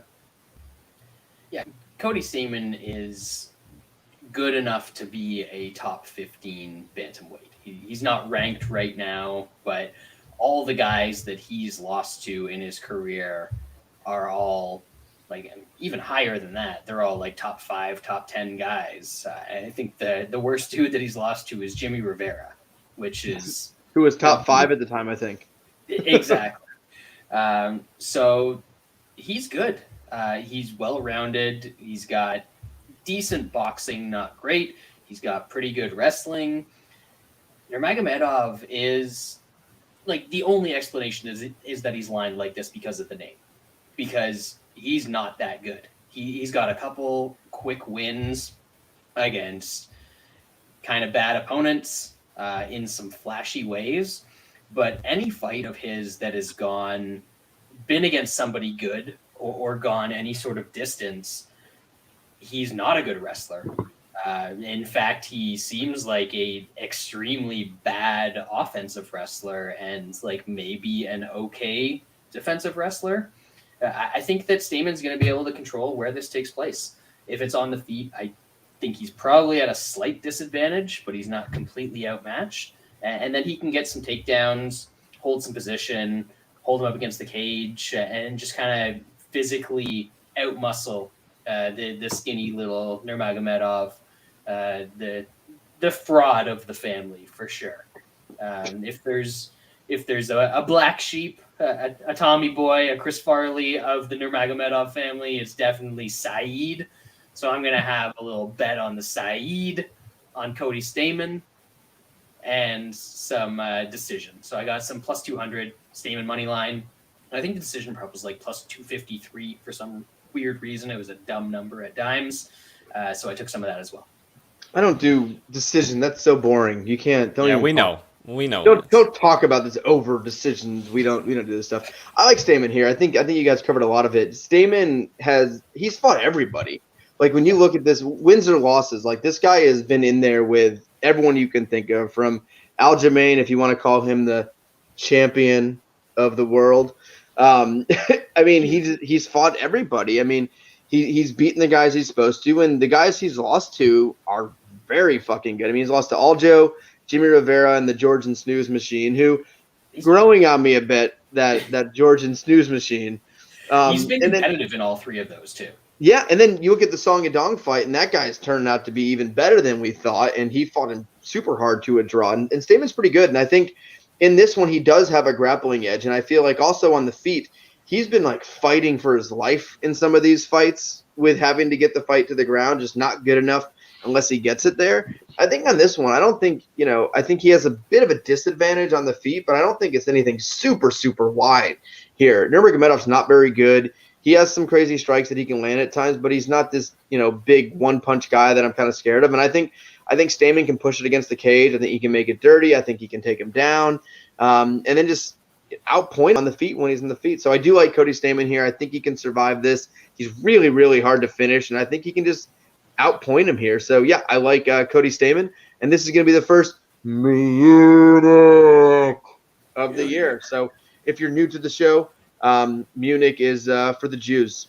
So if you're not Jewish, you can't bet it. You can't do it. You got to lay off if you're not in the Jewish group. So yeah, or send us my tribe at least 10% of your profits. Or gotta get your hire my Uncle Larry, the accountant. All right, let's move on now to the welterweight division. We have Michael Pereira versus Andre Fialho. New shot. It's sad that Pereira is just not really fun anymore. We don't know that. We kind of do, man, because money. The last time he fought was against Nico Price. If there's anybody that's going to bring that out in him, it was going to be Nico Price, and it was kind of a downer. That was a fight that I was kind of hyped to see, and it did not really deliver. The Solikov fight would have been fucking great if that wasn't canceled, though. Yes, that is fair. I think Pereira's probably just going to grapple this dude, wear him out, maybe get a finish, late in the fight. If you want to throw a dart, Fialho has 11 round 1 finishes out of his 14 fights. They're against fucking not very good guys. So I think that's his shot. Him round 1 TKO is like plus 950 or something like that. That's his path. I just don't think it's going to happen, but 950 is a pretty big number. Oh, this is the dude that fucked up James Vick. Yep. One of many. Nice. on the regional scene. Yeah, it was. I watched it. I pulled up my phone because I was like, "Oh, Vick's fighting a person with a pulse. I should probably watch him get knocked out." And I pulled it up on my phone or some shit and watched him just fucking die. It was great. I laughed a lot. Anyway, Wes. Yeah, I don't see him getting knocked out in the first. Pereira's he's completely changed his game. I don't see him changing it back now for this dude. It's gonna be a really slow start to this fight. I think it's more likely that Pereira just works him over the first round or two and probably gets a later sub. I just don't think he's gonna get caught early. He's going to be the bigger, stronger guy, the way better grappler. If he somehow fucking gets a buzz in his brain and turns back into old Pereira, all bets are off. But great. It's been a while since we've seen that, and I think he's proven that that's just not what he does anymore. He wants to win UFC fights. I think that's what we see here. And in that realm of a fight, he's just the better guy over a period of time. I was kind of looking at the overs plus money. I see this being a slower fight. Pereira fights recently have just been that. The overs like plus 120. I mean, Pereira by decision is some decent plus money. I could just see the fight playing out that way more than I could see Fialho getting an early KO. I don't see that happening. Pereira's just not going to turn back into the Pereira we all knew and loved when he was throwing illegal knees on Diego Sanchez and shit. So Best fight ever. yeah, Pereira. I'm going to say Pereira by decision, but I like him to win this fight. Yep, Brad. I might even go a step further than Wes, and instead of taking that over 2.5, just go with the over 1.5. The gap on those seems a little lower if you want to throw on the math brain. The gap seems a little bit lower than a 1.5, 2.5 normally seems. So minus 145 on that 1.5. I think Pereira might play safe early, get some takedowns, and like this. The concern with doing that even is that this Fialho guy, he was supposed to be some hot shit in Bellator, and he got absolutely sparked out by Chitty, if I remember correctly, and just sort of flamed out in Bellator. And now, 2022 in MMA, you fail your way upwards. He's third on a pay-per-view card in the UFC. Not quite sure how that happened. He also got sparked out by Chris Curtis in PFL, so he was getting sparked out at Everywhere all he goes. Everywhere he goes. Yeah, maybe I will go with that 1.5 instead of the 2.5, just in case. But yeah, I gotta like Pereira here. Man, this is. Normally, they put the women's fight in this boring spot before you get to the good stuff, but they downgraded Pereira to the boring spot fight, the cooler fight, if you will. So, I like Pereira here. This is going to be the other piece that I have in a parlay. I think the boringness of Pereira the last couple fights, like it was smart boringness, I would say. I don't think that means he's a boring, dumb fighter now. If you look at who he fought in those two guys, he fought two guys where the only way they were going to beat him is if they landed just a big shot if he made a mistake. If you look at Chaos Williams and Nico Price, those are guys you have to make a mistake. They're going to counter you. They're going to knock you out. So he was smart in those fights and not taking risks. I think in this fight, he's going to get through the first round. I think it's going to be smooth sailing. And I think he actually turns it up in the later half of this fight. I actually think he does get a finish. I'm not putting this in. I didn't even look at what the inside the distance is. I assume it's not that great. But I'm just going to be playing this money line just in case. But I do think this is where we see him get back on track with a finish. He's there. He's facing a guy who can get finished really easily and a guy who's only going to threaten him for a little bit. So I do like Pereira here. I do think he's going to fight smart, but I think he turns it up second half of the fight and gets a finish. So plus 120. Yeah, nothing there. Not worth it. But I believe he will get a finish this fight. All right, let's now move on to the flyweight division as we have a trilogy that I don't think anyone expected when we first saw this first fight. But Brandon Moreno, Figgy Smalls, great fight. Nushan? Yeah, I think I might be the only one on here, but I like Brandon Moreno in this fight. I'm a guy who bet Figueiredo in the first fight. I bet him live to win by decision in the first fight. The second fight, I loaded up on him. I kind of expected him to make the adjustments after the first fight, which I still say he won. I rewatched it. I still think he won that fight. It's kind of crazy that was a draw. But I was really impressed with Moreno last time. You could tell that he actually had time to get ready, because the first fight was fairly short notice. It was a quick turnaround. Figueiredo fought like 2 months after. He fought like 2 months after his previous fight. So it was a quick turnaround. It seemed like Moreno was kind of out of his depth there, but he was able to stick in there, and he took all of Figueiredo's power. Yes, Figueiredo should have won a decision, but we saw in that second fight, Moreno looked very good. His striking looked very technical, a ton sharper than that first fight. and his grappling was on point. I know Figueiredo had obviously an off night, whether you put that on the weight cut or just changing his game plan and fighting cautious because he didn't want to gas. Regardless, Moreno was all over him. That was a one-sided fight. I think he does it here again. I just think he can take whatever Figueiredo can throw, and he's just going to be a much better offensive fighter than that first fight. I think there's a chance that he gets a finish, possibly in the third or fourth, because I still think he's gonna push a pace, and Figueiredo's gonna go wild, and I think he can out grapple Figueiredo. So I put him in that parlay with Topuria for 2 units at -107. Yeah, Wes, loser. Not you, Wes. Obviously. Obviously, that was new Sean. Obviously, the Canadian. Figueiredo definitely won that first fight. We can get that out of the way. Whether it was short notice for Moreno or not, he won the fight. That was just an awful decision.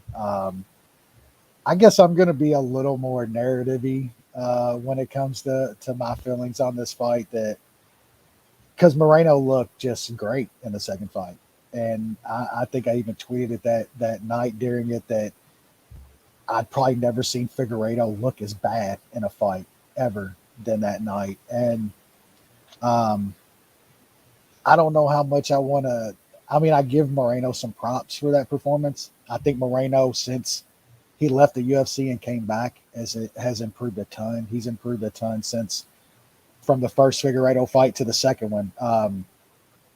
But, man, that didn't look like Figueiredo in that fight. I've never seen – I don't think Moreno's like grappling and wrestling had improved that much to where Figueiredo was just getting absolutely destroyed in the takedown department and the grappling department. I mean, if that happens again, then I'm gonna lose, and that's fine. I think Fig's gonna fight his fight this time. I think he's coming forward. I think he's throwing blows. I think he looks in some of the best shape. Dude's always ripped, but my God, he looks like he's on that fucking hot magma this time. He's on that Carlos Condit diet, or not, Court McGee diet. Yeah, the Court McGee needle, huh? I mean, whether he is or not, he's in fucking insane shape for this one. I still like Figueiredo's power. Moreno took it. Who knows how many shots you take? That's MMA, and I still know Figueiredo hits hard as hell. So, man, it's plus money. That's the main factor for me here is I'm going to get Figueiredo at some decent plus money in a fight that could go either way. That's probably going to be close. Yeah, give me the plus money. I'm probably how I feel is I could see Moreno winning this fight. It's just a hard line to pass up on a dude that I still feel like feels like is a really good fighter with a lot of power and probably on the gear for this fight. I think he is 34. Yeah, he's getting older.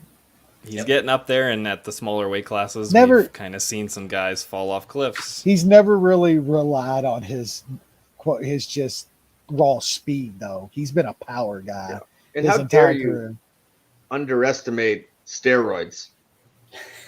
Watch Court. I mean, you don't think Moreno's on -year-old Court McGee look like he's 32? Then Moreno's on steroids too. He just gets it from the juiced up fucking cow meat in Mexico, and he's able to get away with it. He's got like reverse. I think I'd wail on that guy. You get fucked up, Lance. Absolutely. What about arm wrestling? Yeah. I could beat him in an arm wrestling competition. I certainly hope so. I would cut my arm off if that guy beat me arm wrestling. Hey, and then you could arm wrestle Nick Newell. All right, Brad.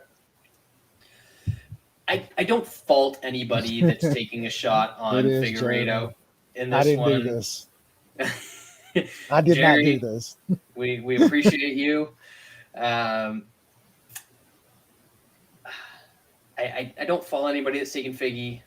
I've got some weird parlay that's out in the ether that needs Moreno to close it.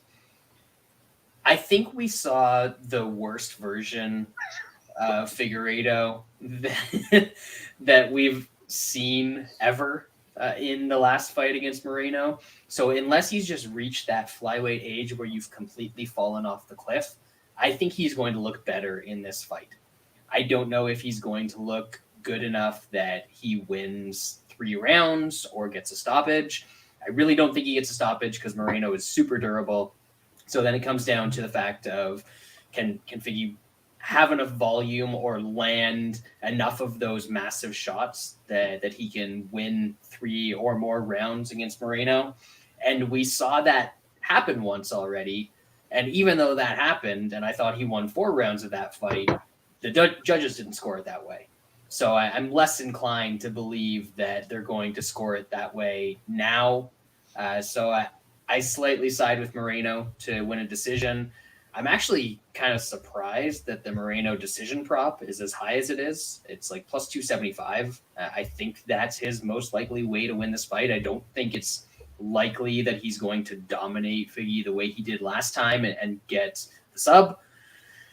So I'm siding with Moreno. No huge bet here. I might look at the over 2.5.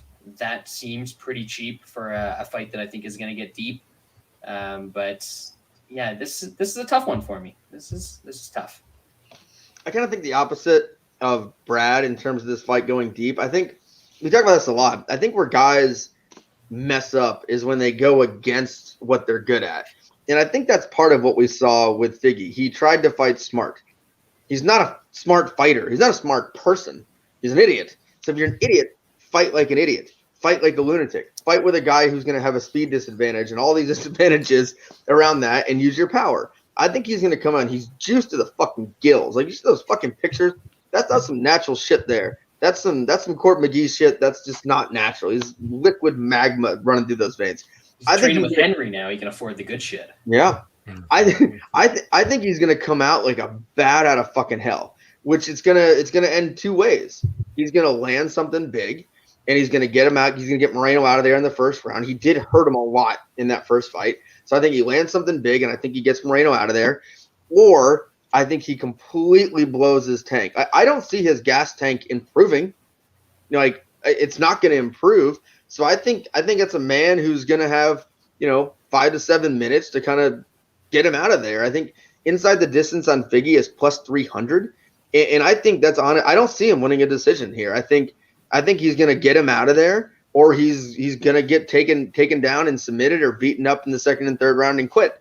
I don't think this sees the championship round. So I'm looking at this a couple different ways.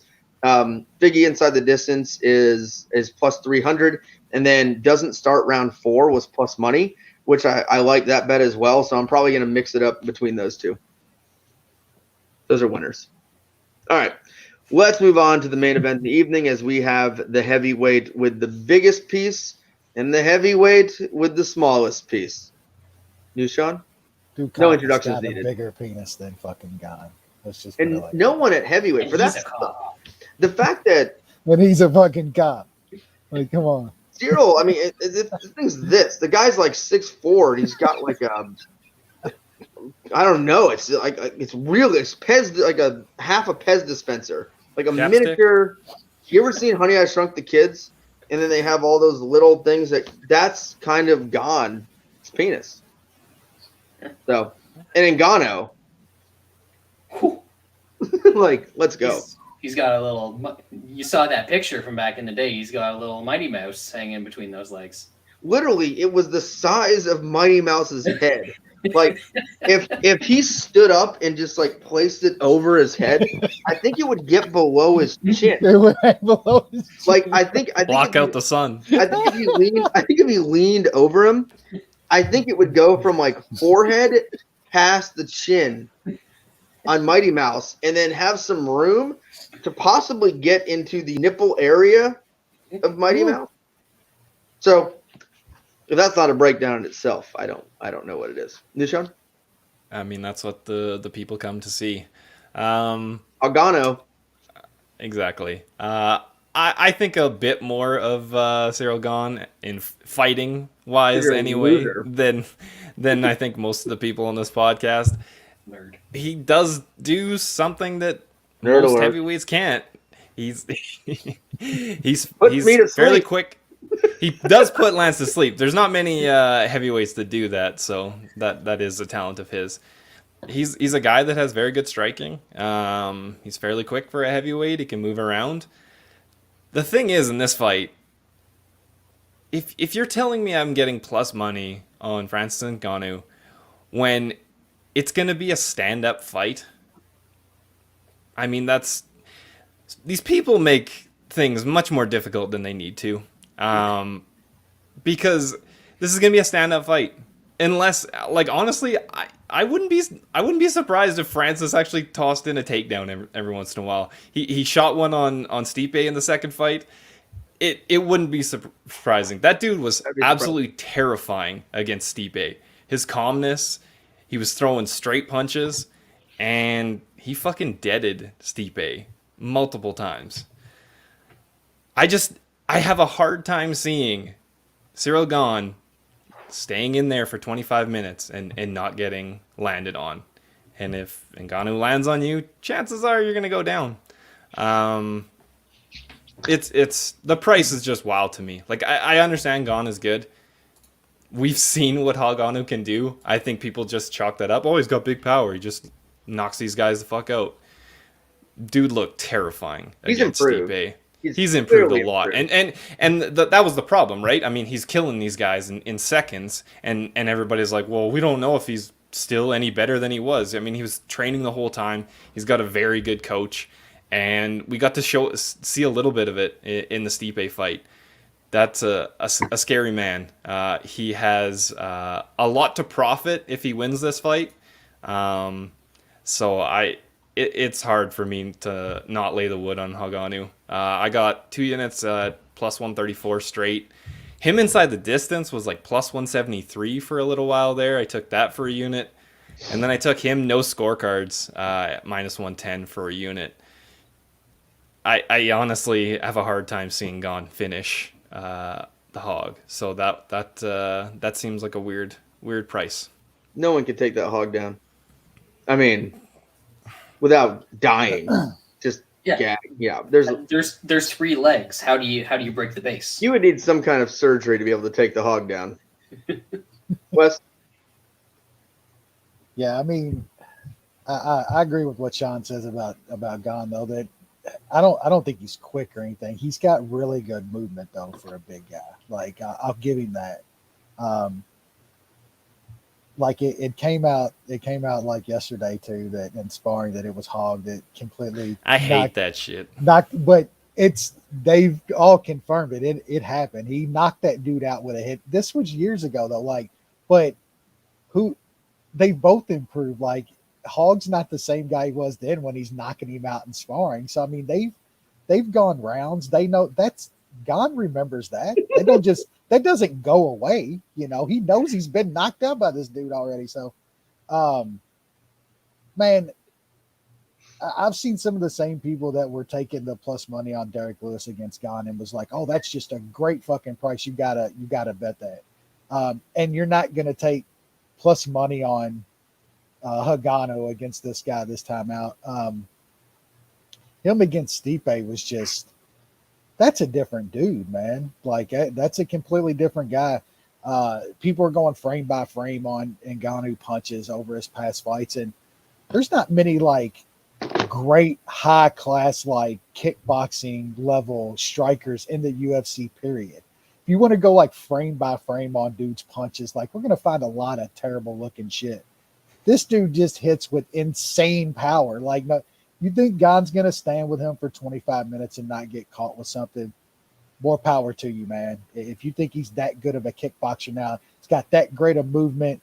Good luck with all of that, dude. This ain't Derek Lewis that's going to curl up against the cage. Like, Hawg's coming forward, he's throwing punches, and he's going to see who's got the power, man. So, plus money here, it's just crazy to me. Like, we're talking about the dude that's the legitimate heavyweight champion of the world. It's plus money to this guy who's beaten nobody. Like, you can say the Derek Lewis win is a good win. Man, we all know about Derek Lewis. Y'all make a ton of money on the dude, but we all knew what was going to happen in we that all fight. knew what was going to happen. Yeah, exactly. Will said we all knew rematch. And I bet Lewis anyway. Rematch. Yeah. I mean, most people you probably take it again because it's still one shot with him. Hawg's not Derek Lewis though, man. Like, yeah, Derek Lewis beat the Hawg. You're making bad points now. Derek Lewis Hawg was so scared of Derek Lewis. We'll go past that one for a little bit. Hopefully we see that again. I doubt it at this point now though, since we know how shit that Black Beast is. But yeah, man, plus money here is just crazy. I'm gonna have a very large bet here. I'm probably going 3 units on Ngannou here. I already have 1.5 on him. I'm probably gonna double that up and have a bigger bet on him than I did Kattar last week. I think this line's even more fucking crazy than that one. There's just no way Ngannou should be an underdog to Gane in this spot. There's no fucking way. Brad? Yeah, it's interesting to see the way that things change when it comes to MMA and betting, because a year ago when Stipe couldn't do a fucking thing to the Hog, people were talking about like, holy shit, this dude is going to be champion for a long time. I don't see anybody out there that's going to beat him. Like, now he knows how to wrestle a little bit and he's got that power. And now a year later, he's defending his belt against a guy who doesn't even have 10 fights in MMA, and he's the underdog. Sorry, a guy who just has 10 fights in MMA, and he's the underdog. And that dude's best win is Derek Lewis. I don't understand what's happening here.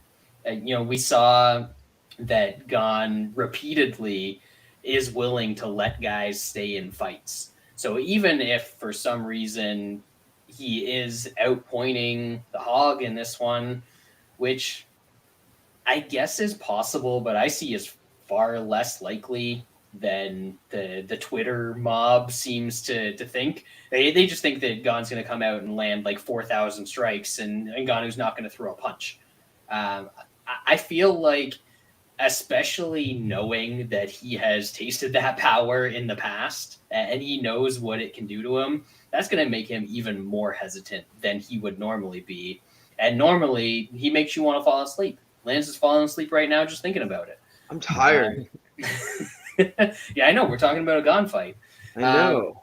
Just thinking about him fighting. Yeah, so I don't understand here. Volkov landed like 100 and something strikes against him over 5 rounds. And the Hog doesn't need that many strikes.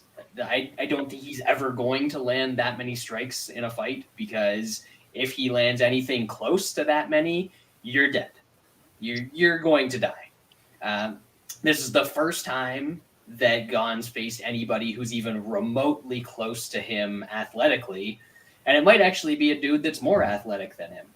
And that's a big thing for these dudes. When you know that you are faster, bigger, stronger than somebody, that gives you a sense of confidence. As a short dude, a small dude who's gone against bigger people in sports all my life, yeah, it's something that can get in your head from time to time. But when you're always used to being the bigger dude, and now there's somebody that can match you in all of those traits, that can actually take a little something away. So I think that, well, I know that his nickname, Bon Gamin, Bon means baby, and Gamin, I haven't checked my French dictionary. It's got to be dick. It has to be dick. It has to be dick. Yeah. Yeah, Bon Gamin, baby dick against the Hog. What do you think is going to happen in this one? So I've already got 2 units on the Hog. I took some worse prices than are available right now. I've got some plus 120 locked in. I don't know how it keeps going up. I don't think it's going to keep going up, because even the people that are betting Gane are like, oh man, A lot of people don't take the price now. It's a bad price now at minus 150.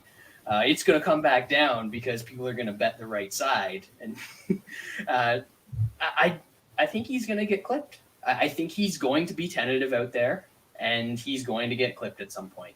So, Hog, smashing it. He's going to mushroom slap him.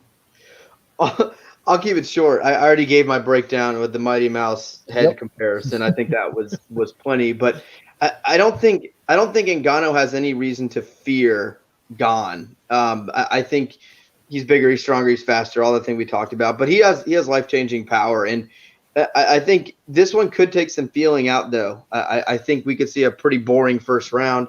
I think Francis is going to stalk him a little bit. Gane's going to avoid, circle, maybe land some kicks. Wouldn't be surprised if Gane wins the first round. That wouldn't surprise me at all. As soon as Francis starts to be more aggressive, as soon as he starts to engage, I think that's when he takes over. My only worry would be Francis not doing that, not being aggressive enough. I think there's also so much pressure on Francis for this fight.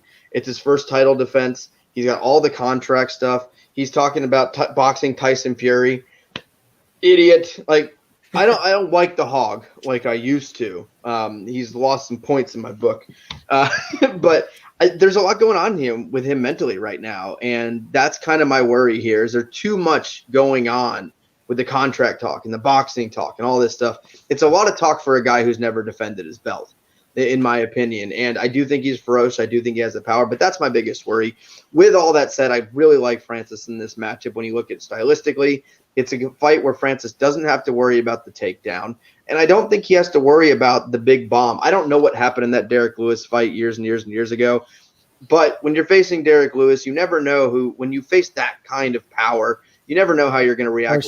First fight off of a loss, too. Yeah, it just – I mean, the power in Derek Lewis's hands changes guys. Like, you are scared, but I think Francis has that same that same thing with him. You don't want to face a guy like Francis, and Gane has faced Derek Lewis, and that probably does help him a little bit dealing with someone that does have 1 pound, or 1 punch put you out power. But I don't think in this fight it's going to matter. A punch in that fight. He didn't throw a punch, yeah. So I do think Francis gets in there. I think we see a second round stoppage. Clips him once, puts him out, hammer fist in the ground, and it's good night there. So I do like Francis.